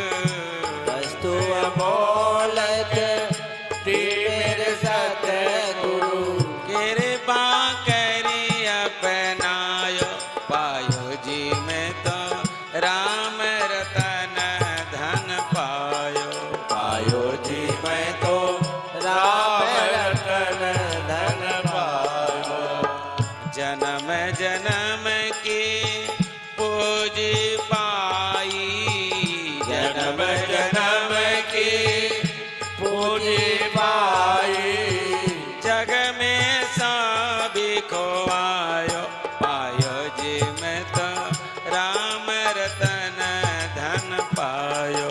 पायो जी मैं तो राम रतन धन पायो। और ऐसा रतन खायो न खर्च चोर न लेवे, खायो न खर्च चोर न लेवे। दिन दिन बढ़त सवायो, पायो जी मैं तो राम रतन धन पायो। पायो जी मैं तो राम रतन धन पायो। राम रतन धन श्याम रतन धन। राम रतन धन श्याम रतन धन। राम रतन धन श्याम रतन धन। राम रतन धन श्याम रतन धन। पायो जी मैं तो राम रतन धन पायो। पायो जी मैं तो राम रतन धन पायो।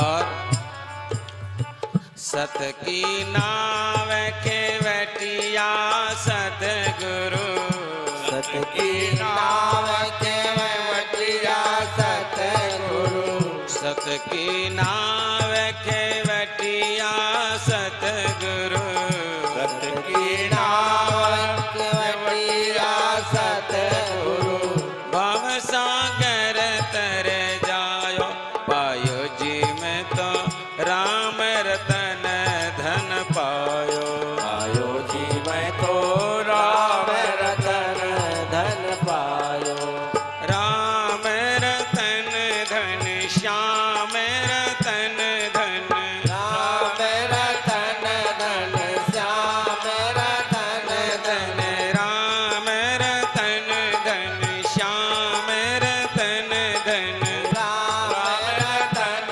धन श्याम रतन धन पायो जी में तो राम रतन धन पायो पायो जी में तो राम रतन धन पायो मीरा के प्रभु गिरधर नागर हरस हरस जस गायो पायो जी में तो राम रतन धन पायो पायो जी में तो श्याम रतन धन पायो कलयुग केवल नाम आधारा सुमिरि सुमिरि नर उतर ही पारा कलयुग में केवल भगवान का नाम आधार है। आइए प्रद्युम्न जी का विवाह भानामती से हुआ और दूसरा विवाह रुक्मी की कन्या रुक्ममती से हुआ। आइए इनके पुत्र हुए अनिरुद्ध जिनका विवाह रुक्मी की पौत्री रोचना के साथ हुआ और दूसरा विवाह बाणासुर की बेटी उषा के साथ हुआ। आइए भगवान पांडव के पास गए हैं कि आप यज्ञ कीजिए।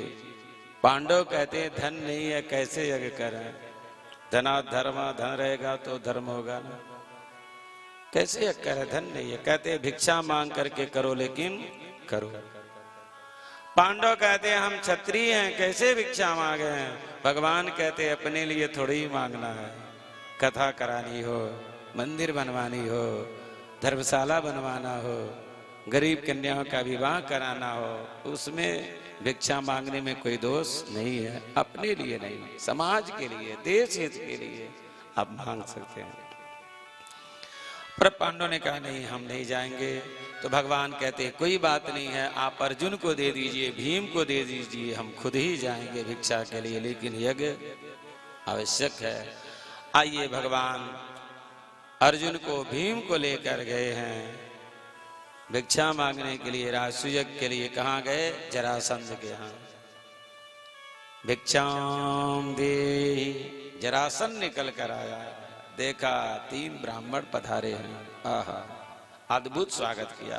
ब्राह्मण भक्त हो गया था। क्यों? क्योंकि 17 बार तो हार गया था, 18वीं बार ब्राह्मणों ने जब तब किया तो विजय मिला। इसलिए उसे विश्वास हो गया कि ब्राह्मण यदि हमारे बस में हैं, ब्राह्मण को हम प्रसन्न करते रहेंगे तो हमेशा विजय प्राप्त करते रहेंगे। ऐसा उसने सोच करके उसने अद्भुत स्वागत किया। लेकिन भगवान जरासंध ने कहा ब्राह्मण देवता क्या चाहते हैं? तो कहा हम आपसे युद्ध चाहते हैं। अरे ब्राह्मणों करके युद्ध, जाना पहचाना चेहरा लग रहा है। हाँ, कहीं देखे होगे राजन। अरे भिक्षा की याचना में युद्ध क्यों? पर हम ब्राह्मण भेषधारी जरूर है लेकिन क्षत्रिय हैं हम, हमें युद्ध चाहिए। ठीक है, पर तुम अपना परिचय दो। गोविंद ने कहा पहचान लिया तो पहचान ही लो, मैं द्वारिकाधीश, ये अर्जुन, ये भीम, किससे युद्ध करोगे?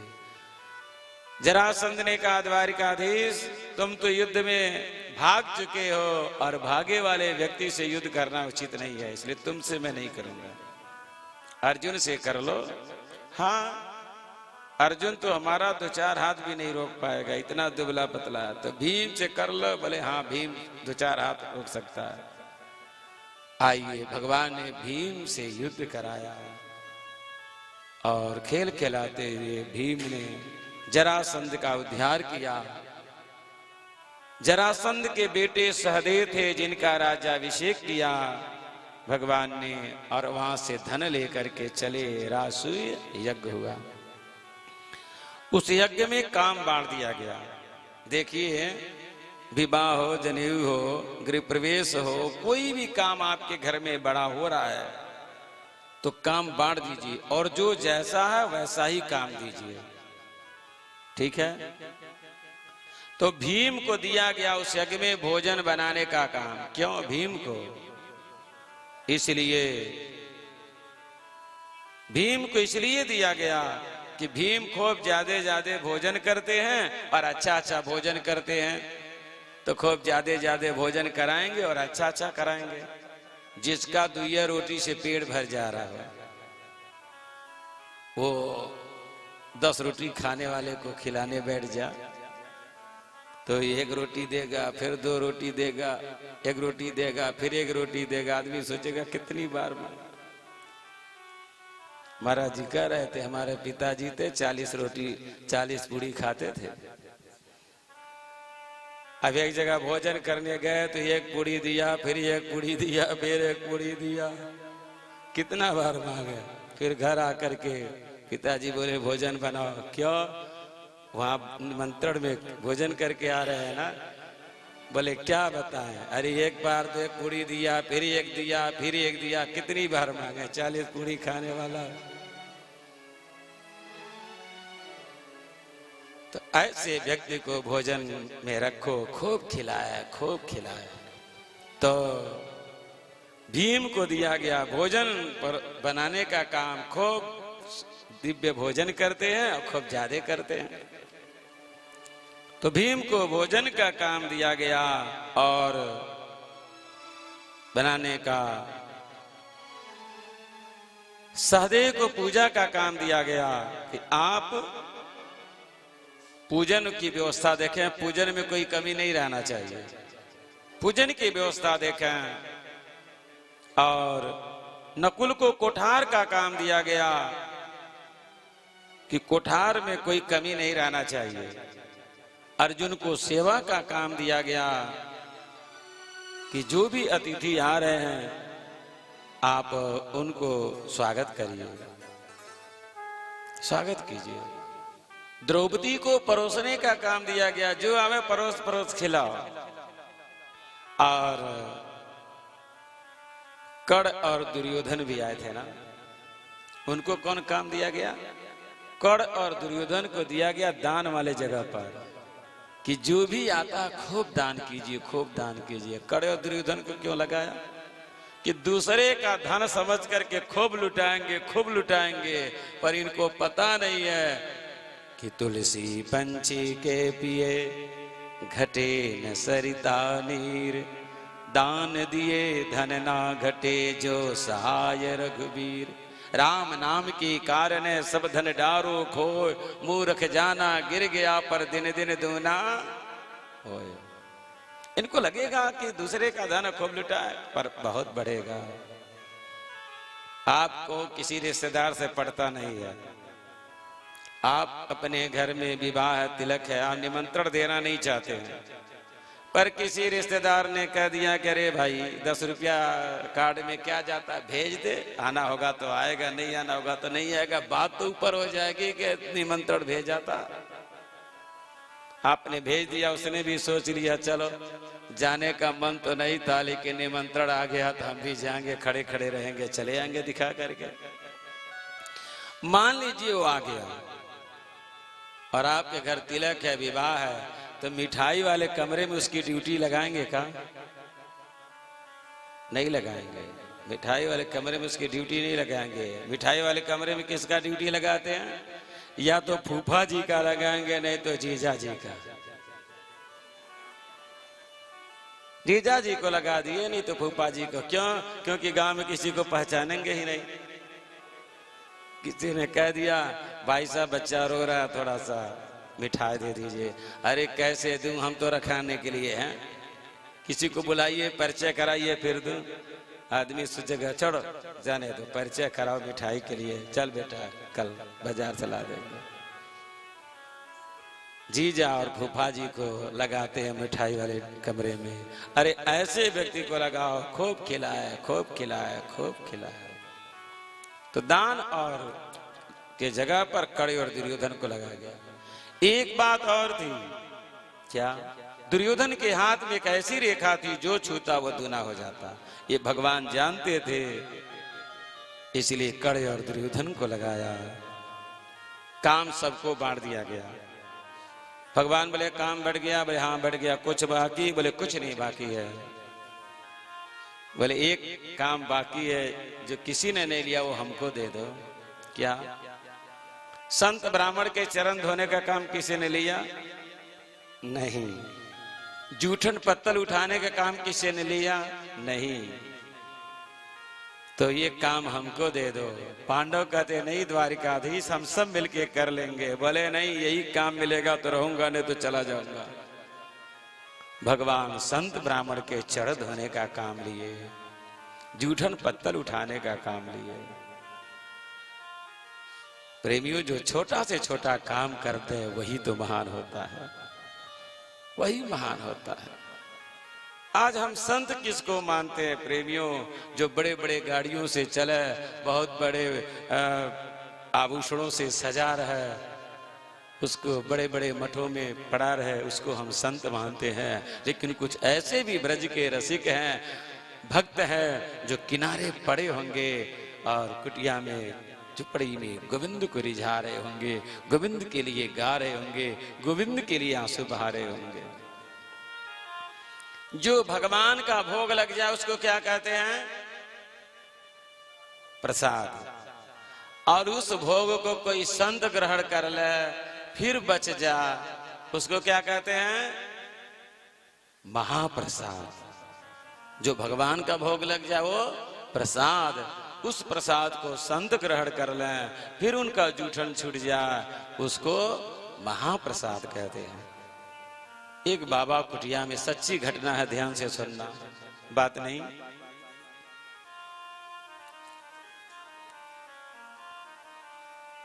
कथा में बात करना दोष लगता है। तो सच्ची घटना है वृंदावन की। एक संत कुटिया में रहते, झोपड़ी बना करके, और लड्डू गोपाल को रखते, खूब पूजा करते, खूब भजन करते। कहीं भी जाते भंडारे में, कहीं भी मांग करके ले आते, भोग लगाते और ग्रहण करते। एक दिन ऐसा हुआ कि उसी महल्ले में यज्ञ होने लगा मंदिर में। तो जब जाते प्रसाद के लिए बैठते लाइन पंक्ति में कि आएगा और फिर वो प्रसाद मिलेगा, लेके आऊंगा और भोग लगाऊंगा, फिर ग्रहण करूंगा। लेकिन उस दिन क्या हुआ, यज्ञ में पहुंचे तो लोग, भोजन करने वाले बाबा लोग, जो वीआईपी संत थे, यहाँ कहाँ बैठो, चलो वहां, अरे चल यहाँ चल, यहाँ बैठ, वहां बैठते, अरे वहां बैठो, अरे यहाँ नहीं, यहाँ बैठो, भगा देते लोग। संत कई दिन ऐसे चलता रहा, दो एक दिन चलता रहा। संत ने कहा, ही भगवान, अब हम नहीं जाएंगे पंगत में भोजन करने, जाएंगे ही नहीं। अब हम कब जाएंगे? जब संत लोग भोजन करके पत्तल फेंक देंगे तो हर पत्तलों से निकाल करके ले आएंगे, भोग लगाएंगे, ग्रहण करेंगे। फिर क्या हो, पंगत में नहीं बैठते। जब भोजन बन जाता, भोग लगता और फिर संत लोग भोजन करते, पत्तल फेंक देते, तो उस पत्तलों से निकाल निकाल करके ले आते और एकत्रित करके पत्तल में रख करके भगवान का भोग लगाते या फिर उसे ग्रहण करते। धीरे धीरे कथा का यज्ञ का पूर्णाहुति हो गया। लेकिन जिस दिन पूर्णाहुति थी उस दिन प्रसाद बनने में विलंब हो गया, काफी लोगों को भोजन करना था। अब विलंब होने लगा तो सोचे कि मेरा कन्हवा भूखा होगा ना, अब प्रसाद चाहे जब बना, लेकिन अभी तो मेरा कनुआ भूखा होगा, चलो मिश्री का भोग लगा देते हैं, और फिर जब संत लोग भोजन करेंगे पत्तल फेंकेंगे तो हम ग्रहण करेंगे। मिश्री का भोग लगा करके और अपने चले गए। आप 12 बजे, 1 बजे, 2 बज गया, 3 बज गया, संत भोजन किए और पत्तल फेंके, एकत्रित किए, लेकर आए, और उसके बाद जो ही मिला करके कवर मुख में डाले, याद आया कि अरे ये क्या कर रहा तू। लड्डू गोपाल को मिश्री खिला दिया, अपने व्यंजन खा रहा है। अरे भागे, क्या कर रहा तुम। लड्डू गोपाल को मिश्री खिला के छोड़ दिया, अपने व्यंजन खा रहा है। मुख में हाथ डाले तो डाले ही रह गए, बाहर निकालूं तो महाप्रसाद का अनादर, आज अंदर ले जाऊं तो बिना भोग लगाए क्यों ग्रहण कर रहा है, बिना भोग लगाए क्यों ग्रहण कर रहा है। अब तो मुख में डाले डाले हाथ, न बाहर निकाल रहे न अंदर कर रहे हैं। रोते रहे, कुटिया में रोते रहे। 6 घंटा बीत गया, 12 घंटा बीत गया, 24 घंटा बीत गया, 48 घंटा रोते रोते अरे भागे, क्या कर दिया। लड्डू गोपाल को, अपने कनुआ को मिश्री खिला छोड़ दिया, अपने व्यंजन बाहर निकाला तो महाप्रसाद का अनादर हो, और अंदर ले जा तो। जब 48 घंटा बीत गया तो उसी समय नन्हा सा बालक आया और मुख से छीन करके खा करके मुख में डाल के खाते हुए चला गया। खा लिया बाबा, आप खाओ, खा लिया प्रसाद। अरे कहाँ जा रहा, कहाँ जा रहा, न जाने कौन सा गुण पे दया निधि जाते हैं, कौन सा भाव पर भगवान प्रसन्न हो जाएंगे, कौन सी बात आपकी, कौन सी प्रार्थना, कौन सी निवेदन आपको भगवान स्वीकार हो जाए, कौन जानता है, कौन जानता है। तो राष्ट्रीय यज्ञ हुआ। आइए उस यज्ञ में इंद्रप्रस्थ बना, जहां पर जल वहां थल दिख रहा था, जहां थल वहां जल दिख रहा था। थल वाले जगह पर दुर्योधन धोती उठा करके चलने लगा तो द्रौपदी छत पर टहल रही थी, बोल पड़ी, अंधे के बेटे अंधे ही होते। अच्छा, इतना नहीं बोलती तो कुछ बिगड़ जाता का, क्यों बोली, मौन रह जाती तो कुछ बिगड़ जाता का। अंधे के बेटे अंधे होते हैं, यह बाण की तरह दुर्योधन को लगा। शायद इतना द्रौपदी नहीं बोलती तो दुर्योधन भी ये प्रतिज्ञा नहीं करता कि जा द्रौपदी, अंधे के बेटे अंधे होते हैं ना, ये एक दिन तुझे नंगे करके जंघे पर बैठाऊंगा। बाण की तरह लगा दुर्योधन को, बीत गया। इसलिए किसी को बाड़ी मत मारो, न जाने कौन सी बात किसको लग जा और वो तड़पता रहे, तड़पता रहे। क्योंकि शस्त्र से मारा हुआ वृक्ष, काटा हुआ वृक्ष पल्लवित हो सकता है, शस्त्र से मारा हुआ व्यक्ति जीवित हो सकता है, लेकिन बाड़ी से मारा हुआ व्यक्ति बार बार मरता है, बार बार मरता है। किसी को बाड़ी मत मारो, किसी को बोलना तो मौन हो जाना, किसी को बाड़ी से मत मारो। कुछ लोग तो बोल देते हैं, वो आदमी तड़पता रहता है, तुम नारी, एक बात उसके लिए बहुत बड़ा दुख हो गया। दुर्योधन वहां से आया और पिता से कह करके जुआ का खेल रचा। पांडव हार गए जुए में। 12 वर्ष का वन हुआ, 1 वर्ष का अज्ञातवास हुआ। पर धर्मो रक्षति रक्षता, पांडवों ने धर्म का रक्षा किया तो धर्म ने पांडवों की रक्षा किया। आइए उधर बलराम जी ने कहा, कन्वा न जाने क्यों मैया यशोदा याद आ रही है, बाबा याद आ रहा है, ब्रज याद आ रहा है, चल न चला जा, थोड़ा वृंदावन घूम के आ जा। कन्हैया ने कहा, नहीं भैया, द्वारिका में एक न एक को तो रहना पड़ेगा हम दोनों में, क्योंकि इतने शत्रु बढ़ गए हैं, न जाने कोई आक्रमण कर दे तो। इसलिए आप जाओ भैया, आप जाओ, थोड़ा तीर्थाटन करके आओ, हम द्वारिका में। बलराम जी तीर्थाटन करने निकल गए। आइए भगवान द्वारिका में हैं, भगवान के सखा हैं सुदामा जी महाराज। कृष्यासीत सखा कश्चित ब्राह्मणो ब्रह्मवित्तमः विरक्त इंद्रियार्थेषु प्रसादात्मा जितेंद्रिय। सुदामा जी महाराज भगवान के सखा हैं, मित्र हैं, लेकिन बहुत बड़े धनवान हैं। किसी ने कहा कि सुदामा भिखारी हैं, भिखारी नहीं है, सुदामा बहुत बड़े धनवान हैं। कौन सा धन है सुदामा के पास? ब्रह्मवित्तमः, भगवान के नाम का धन है। सुदामा के पास भगवान के नाम का धन है। गुरुकुल से आने के बाद सुदामा का विवाह गर्गाचार्य की बेटी सुशीला से हो गया। जैसा नाम वैसा गुण भी था। पति पत्नी खूब भजन करते, धीरे धीरे समय बीता, संतान भी हुए। एक दिन कन्हैया का श्राप सुदामा को लग गया।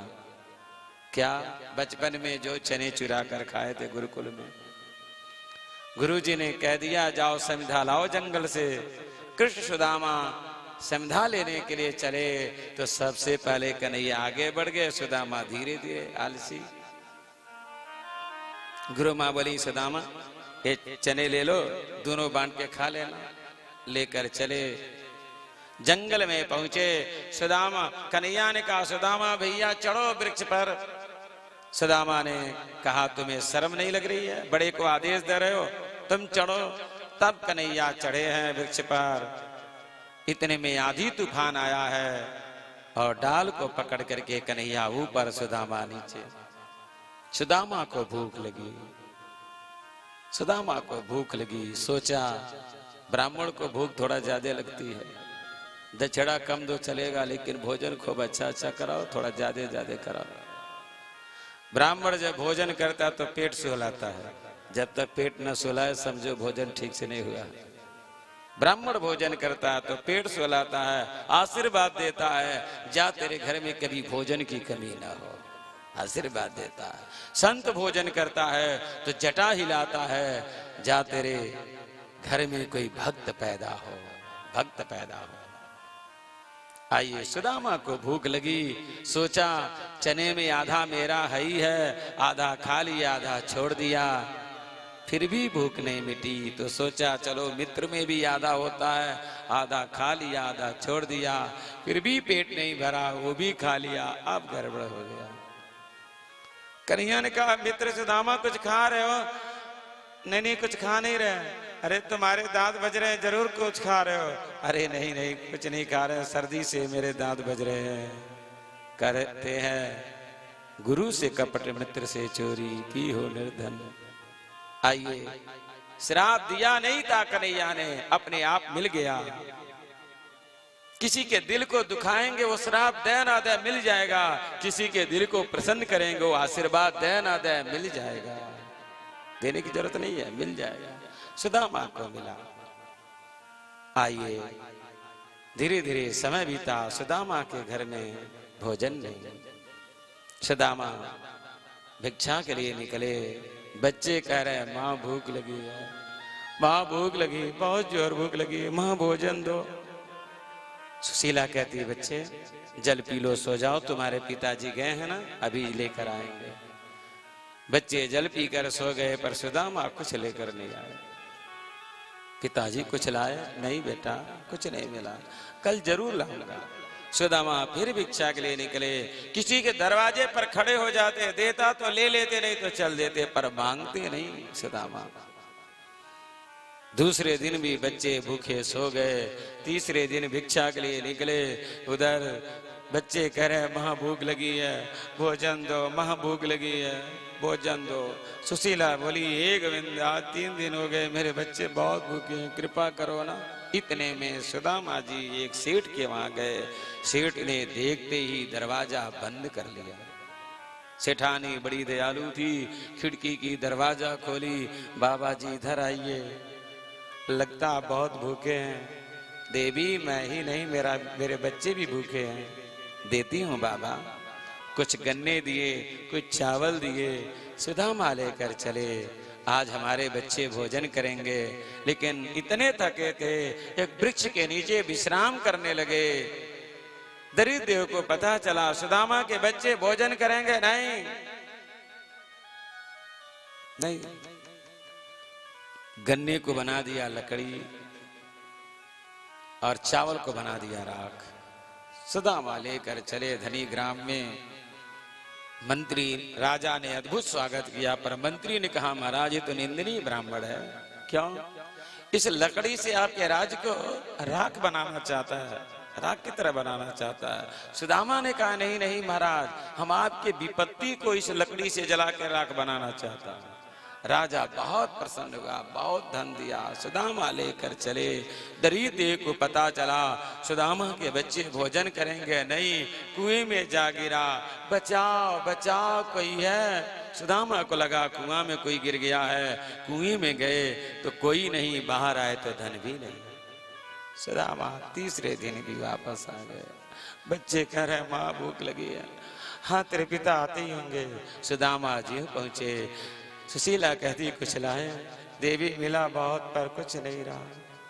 बच्चे तड़प रहे हैं भूख से। अच्छा कल हम जरूर लाएंगे।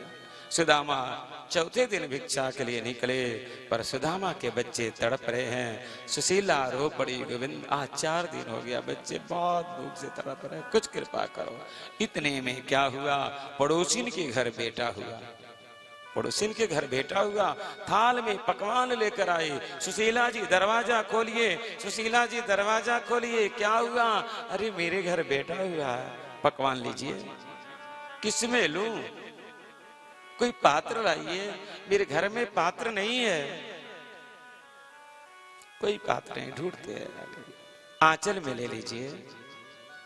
आंचल फैलाई तो आंचल कई जगह से फटा हुआ था। थाली दे दिया, लीजिए थाली। बच्चे ने कहा हाँ भोजन दो। हाँ बेटा दे रही हूँ। हाँ हाँ दे रही हूँ। माँ जल्दी करो। हाँ दे रही बेटा, बैठ जा। बच्चे बैठ गए। पत्तल में दी है। बच्चे भोजन करने बैठे। माँ भोजन करें? नहीं बेटा, बिना भगवान को भोग लगाए भोजन नहीं करना चाहिए। बिना भोग लगाए नहीं करना चाहिए। बच्चों ने भगवान का भोग लगाया। तुधियं वस्तु गोविंद तुभमेव समर्पयेत् गृहाण सुमुखो भूत्वा प्रसीद परमेश्वर। जी बच्चों ने भगवान का भोग लगाया। दरिद्र देव को पता चला सुदामा के बच्चे भोजन करेंगे ना, साधु बनकर आ गया। भिक्षाम दे, भिक्षाम दे। सुशीला बोली बच्चों जरा रुक जाओ, रुक जाओ। लगता द्वार पर कोई संत आ गए। बाहर गई, बाबा मैया हमें भूख लगी भोजन करा दो, मैया हमें भूख लगी भोजन करा दो। हाँ बाबा कराती हूँ। बच्चों आधा आधा निकालो, दे दो। बच्चों ने आधा आधा निकाला, दिया। दरिद्र साधु रूप में भोजन किया। माँ भोजन करें? नहीं बेटा, बिना संत को भोजन कराए भोजन नहीं करना चाहिए। संत को भोजन कर रहने दो फिर करना। संत ने भोजन किया। माँ थोड़ा और मिलेगा, थोड़ा और मिलेगा। सुशीला बोली बाबा आपके कुछ पेट भर गए होंगे ना, पर हमारे बच्चे 4 दिन के भूखे, उनको भी भोजन कर लेने दीजिए ना।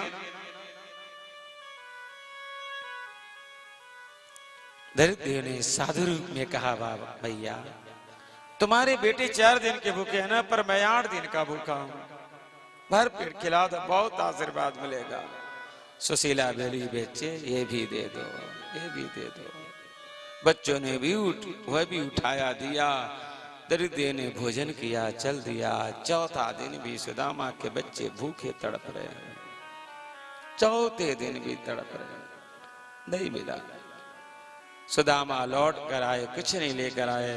5वें दिन फिर भिक्षा के लिए निकले। सुशीला रो पड़ी। इतने में स्वयं भगवान ब्राह्मण बनकर आए।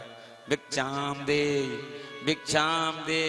सुशीला बाहर निकली। बाबा आपकी बाणी असत्य हो गई। क्यों देवी? मेरे घर सूतक लगा हुआ, हम आपको भिक्षा नहीं दे सकते। देवी तुम प्रसूति तो नहीं लग रही हो। बाबा मेरे घर दरिद्र नामक बेटा हुआ है, दुनिया से विदा हो मर के जाऊंगी तभी वो सूतक मिटेगा। तब भगवान समझ गए और कहने लगे देवी सुनता हूं कि तुम्हारे पति के मित्र द्वारिकाधीश हैं, उनके पास क्यों नहीं भेजती हो? वो सब दुख दूर करेंगे, उनके पास भेजो ना। ठीक है, आप कहते हैं तो भेजूंगी, आने दीजिए।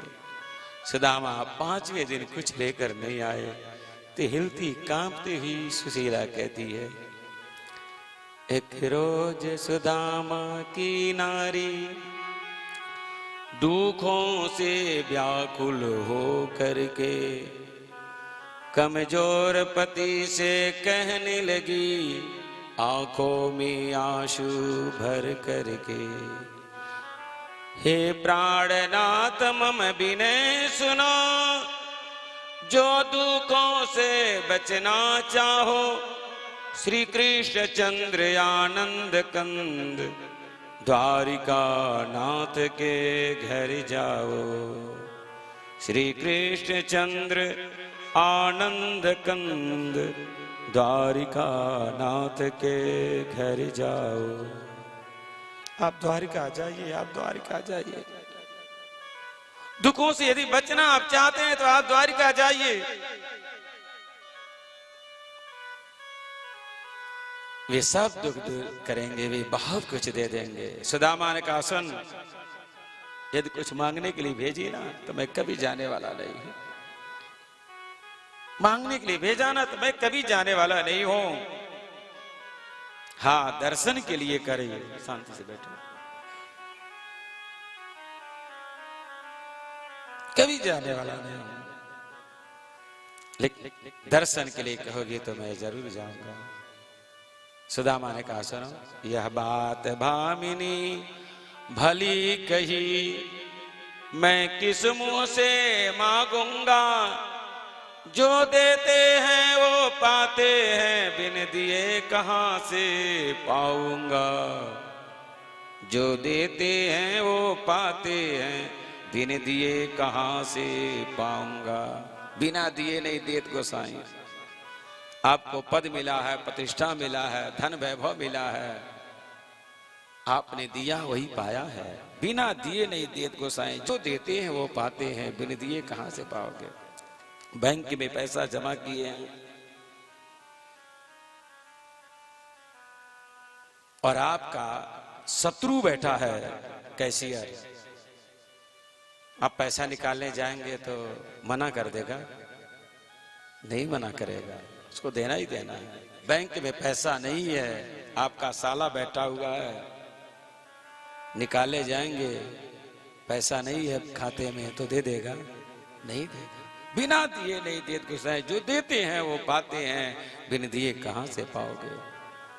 सुशीला कहती, सुनिए, आप ब्राह्मण हैं, ओ क्षत्रिय हैं, इसलिए न कछ परवाह करो, निश्चय ही कष्ट मिटाएंगे, मत पति देव कुछ विचार करो। आप ब्राह्मण हो, क्षत्रिय, आप मांग सकते हैं, आप जाइए।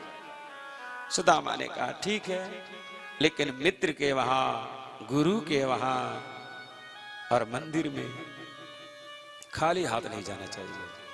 3 जगह खाली हाथ नहीं जाना चाहिए। कहां कहां? मित्र के वहां, गुरु के वहां और मंदिर में। जाना तो कहीं नहीं चाहिए। किसी भी रिश्तेदारी में जाइए तो रास्ते में कुछ न कुछ ले लीजिए बच्चों के लिए। खाली हाथ कहीं मत जाइए, पर 3 जगह तो बिल्कुल मत जाइए। कन्हुआ मेरा यार है, कन्हुआ मेरा मित्र है, हम जाएंगे तो क्या लेकर जाएंगे, तुम्हारे पास क्या है? कहती, चिंता मत करिए, व्यवस्था करता हूं। और 4 घर से 4 मुट्ठी चावल मांग करके लाई है और दी है। थोड़ा सा चावल ले करके एक सफेद पट में बांध दिया, लौटा डोरी धोती वा पति देव के हाथ दिया। भगवान का वंदन करते ही पड़ गए सुदामा नगरी में। साजा के 4 बजे पहुंचे श्री कृष्ण चंद्र के नगरी में। दृष्टि चकाचौंध हो गई, देखते ही षोड़मई एक से एक ऊंचे द्वारिका के भवन हैं। बिना पूछे काहू से न करत बात, देवता से साधी साधी सब मौन है। विप्र को देख कर पुरयाय पूछने लाग्यो, विप्र तू बताओ कहा कीनो गमन है। दुख के हरैया हरैया पराय पीर के, बताओ यहाँ बलबीर के भवन कौन है। आइए सुदामा जी चले हैं द्वारिका, दुखहरो द्वारिका नाथ शरण में तेरे आए हैं। आइए मिलकर के द्वारिका चला। चले श्याम सुंदर से मिलने सुदामा, गाते चले मन में हरे कृष्ण रामा। चले श्याम सुंदर से मिलने सुदामा, गाते चले मन में हरे कृष्ण रामा। चले श्याम सुंदर से मिलने सुदामा, चले श्याम सुंदर से मिलने सुदामा, गाते चले मन में हरे कृष्ण रामा। गाते चले मन में हरे कृष्ण रामा। हरे रामा हरे रामा राम रामा हरे हरे। हरे रामा राम रामा हरे हरे। हरे कृष्णा कृष्ण कृष्ण हरे हरे। हरे कृष्णा कृष्ण कृष्ण हरे हरे।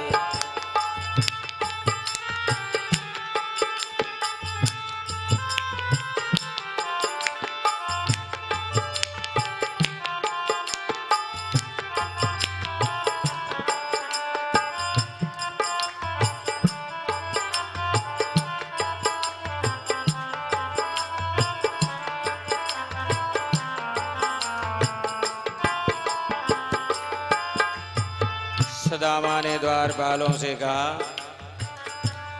द्वारपालों ये जाकर बताना, आया बचपन का यार सुदामा। ओ द्वारपालों ये जाकर बताना, आया बचपन का यार सुदामा। द्वारपालों ये जाकर बताना, आया बचपन का यार सुदामा। द्वारपालों ये जाकर बताना, आया बचपन का यार सुदामा। वहां से हट जाइए रिंकू और आगे जाइए उधर।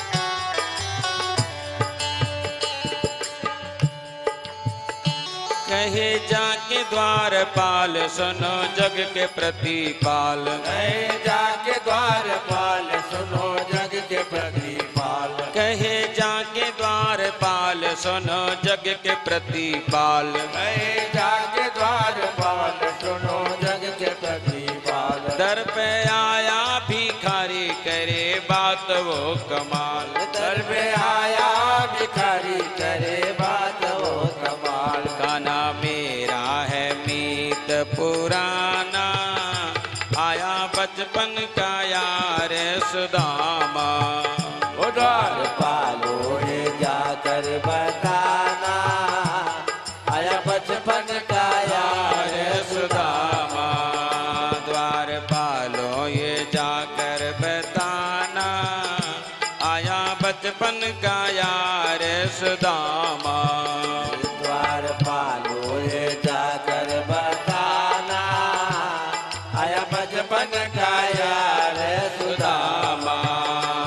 के दौड़ पड़े श्याम हुए सेवक हैरान। सुन के दौड़ पड़े श्याम हुए सेवक हैरान। लिया बाहों में थाम बहे अश्रु अभिराम। लिया बाहों में थाम बहे अश्रु अभिराम। हुआ यारों का मिलने सुहाना, आया बचपन का यार सुदामा।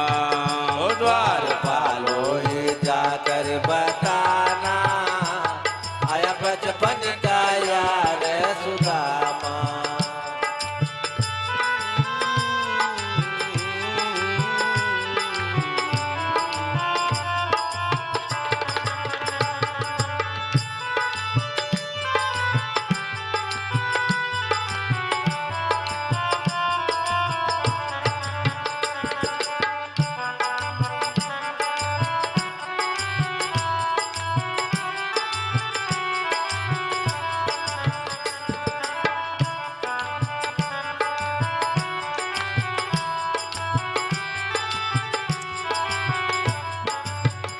बिठा आसन पे श्याम इतना रोने लगे।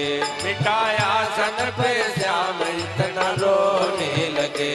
मित्र के पाँव यशवन से धोने लगे। मित्र के पाँव यशवन से धोने लगे।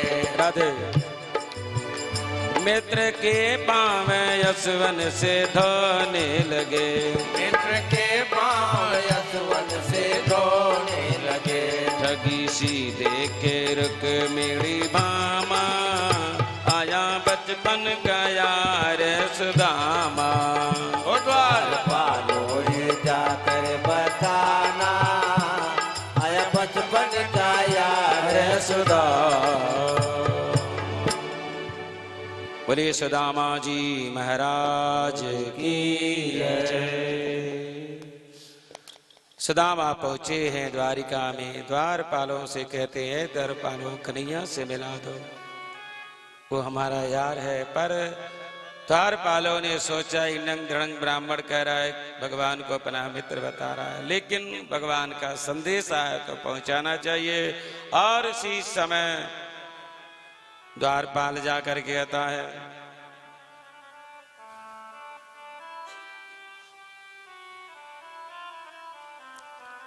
भगवान द्वार पर एक ऐसा ब्राह्मण आए हैं, उनकी दशा क्या है।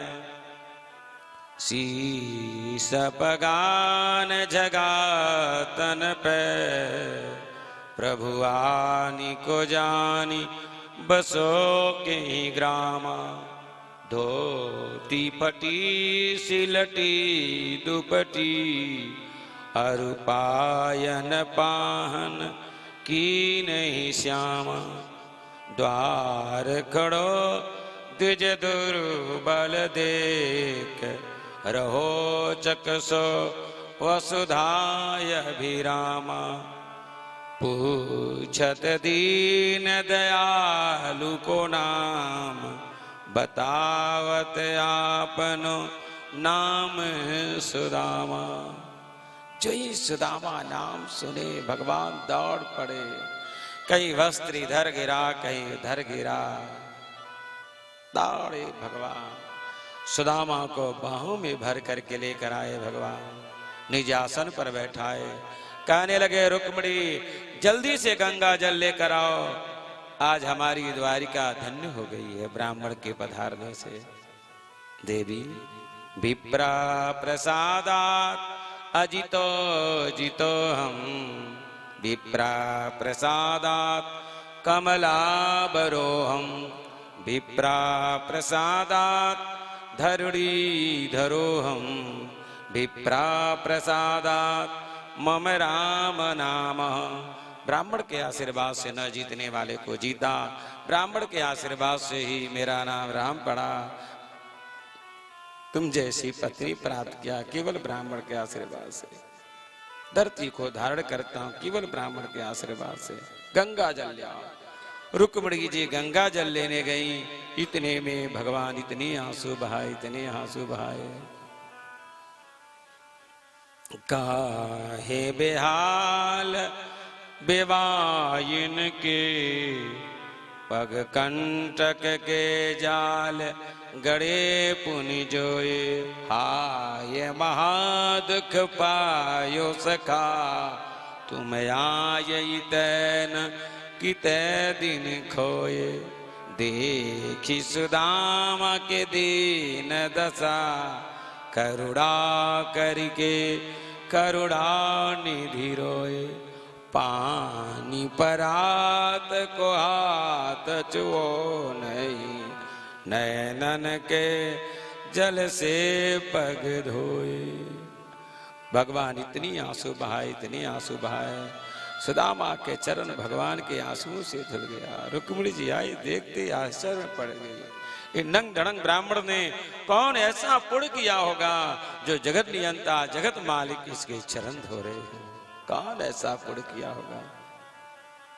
भगवान चरण प्रक्षालन किए, ले गए हैं, निज आसन पर बैठा करके पाद देकर पूजन किए। ता सुदामा जी के माला पर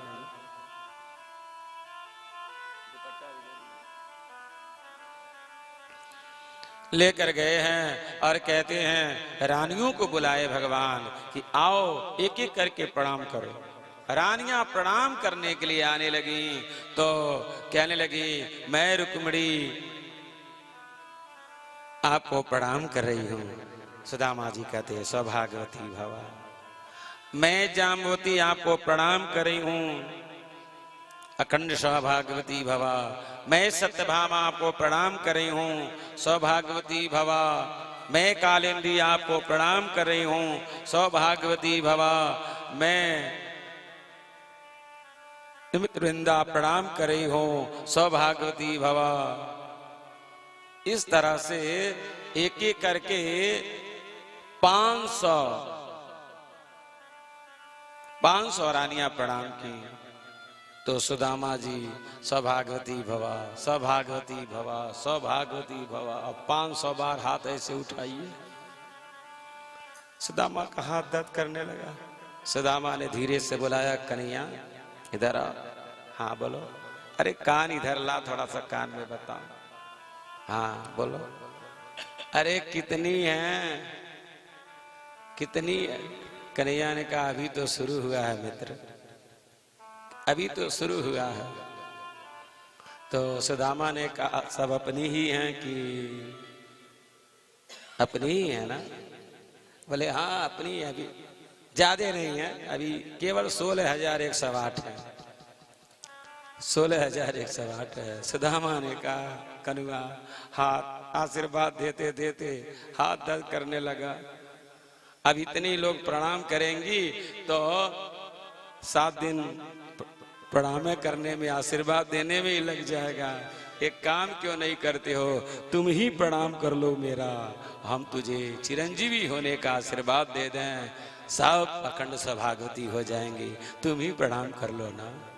धन्य सुदामा जो भगवान को भी प्रणाम करने का आदेश देता है, तुम ही कर लो प्रणाम। तब भगवान प्रणाम किए तो सुदामा ने कहा कन्हैया चिरंजीवी भवा, चिरंजीवी भवा, आशीर्वाद दिया। खूब आइए भगवान शयन कक्ष में गए हैं तो उस समय सुदामा को जलपान कराने लगे।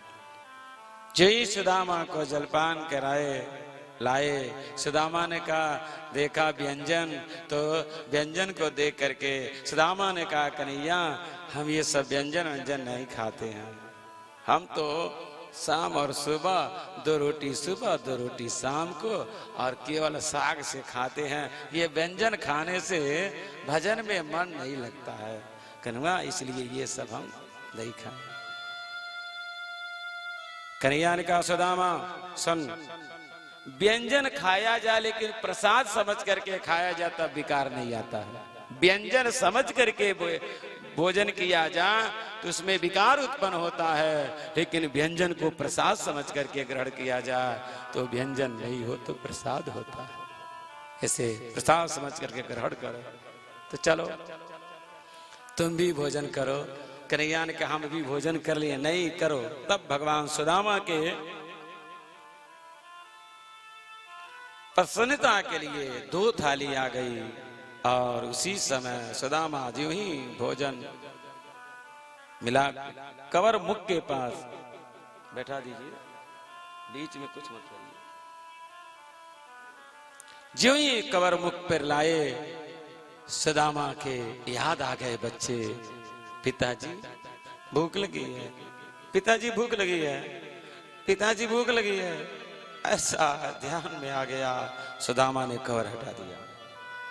खाओ मित्र। नहीं नहीं नहीं नहीं खाना, भूख नहीं है। अरे खाओ ना, इतना दूर से आए, भूख नहीं है।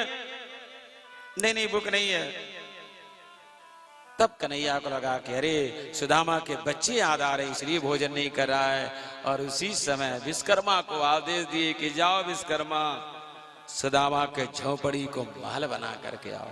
और सुनो, हमारे महल से 10 गुना सुंदर महल होना चाहिए। चलो। भगवान विश्वकर्मा जी गए, सुशीला जी बाहर आइए। क्यों? आपके झोपड़ी को महल बनाने आया हूं। सुशीला जी बोली मेरा ही क्यों, मेरा ही क्यों, सबका बनाइए तब मेरा बनेगा, नहीं केवल आपका बनेगा। सुशीला जी बोली सुनिए, इसी गांव वाले ने मुझे खिलाया जिलाया, सबका झोपड़ी हो मेरा महल हो का फायदा, सबका होगा तब मेरा होगा। आज आदमी अपने दुख से दुखी नहीं है, दूसरे के सुख को देख करके दुखी है। मेरा घर जल गया कोई बात नहीं है, पड़ोसी का बच्चा कैसे रह गया, ये दुख है, ये दुख है। धार्मिक कौन है? जो दूसरे के सुख में सुखी हो जा, दूसरे के दुख में दुखी हो जा, वही धार्मिक व्यक्ति है। लेकिन दूसरे के दुख में दुखी होना आसान है, दूसरे के सुख में सुखी होना आसान नहीं है। किसी के घर में आग लग गई, आपने कह दिया वस्त्र मेरे यहाँ से, भोजन मेरे वहां से, सामग्री मेरे वहां से, आप उसके दुख में दुखी हो गए। लेकिन पता चला कि भाई का बेटा बहुत बड़ा अधिकारी हो गया। किसी ने कहा आपके भाई का बेटा तो बहुत बड़ा अधिकारी हो गया। हाँ पता है, घूस दे के हुआ है। उसकी पढ़ाई को हम जानते नहीं है क्या? आप उसके सुख में सुखी नहीं हुए, दुख में दुखी हो गए। सुशीला कहती है सबका बनेगा तब मेरा बनेगा।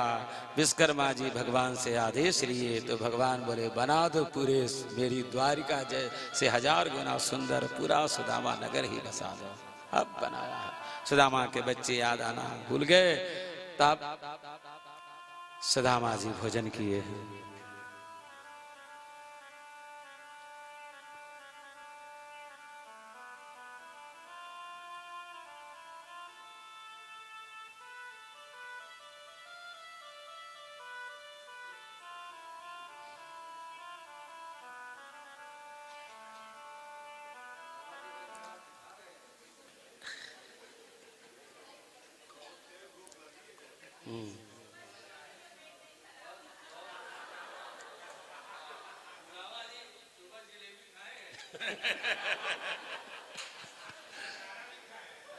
हाँ, बोले सुदामा जी महाराज की जय। बोले सुदामा जी महाराज जय जय। आइए सुदामा भोजन किए, भगवान चरण दबाने लगे, सेवा करने लगे। तब कन्हैया ने कहा सुदामा मित्र एक बात बताओ, एक बात बताओ, गुरुकुल से आने के बाद विवाह किया कि नहीं? सुदामा ने कहा किया ना, तेरी भाभी है सुशीला नाम है। कन्हैया ने कहा स्वार्थी मित्र, विवाह कर लिया, निमंत्रण तक नहीं भेजा। तेरे ब्याह का पूरी 2 खा लेते तो कम हो जाता का? निमंत्रण तक नहीं भेजा। सुदामा ने कहा बात मत करो कन्हैया। क्यों? अरे मैंने एक विवाह किया, तुमको निमंत्रण नहीं दिया, भूल गया? तुम तो 16,000 एक सवार किए, किसी में भी तो बुलाए होते। कन्हैया ने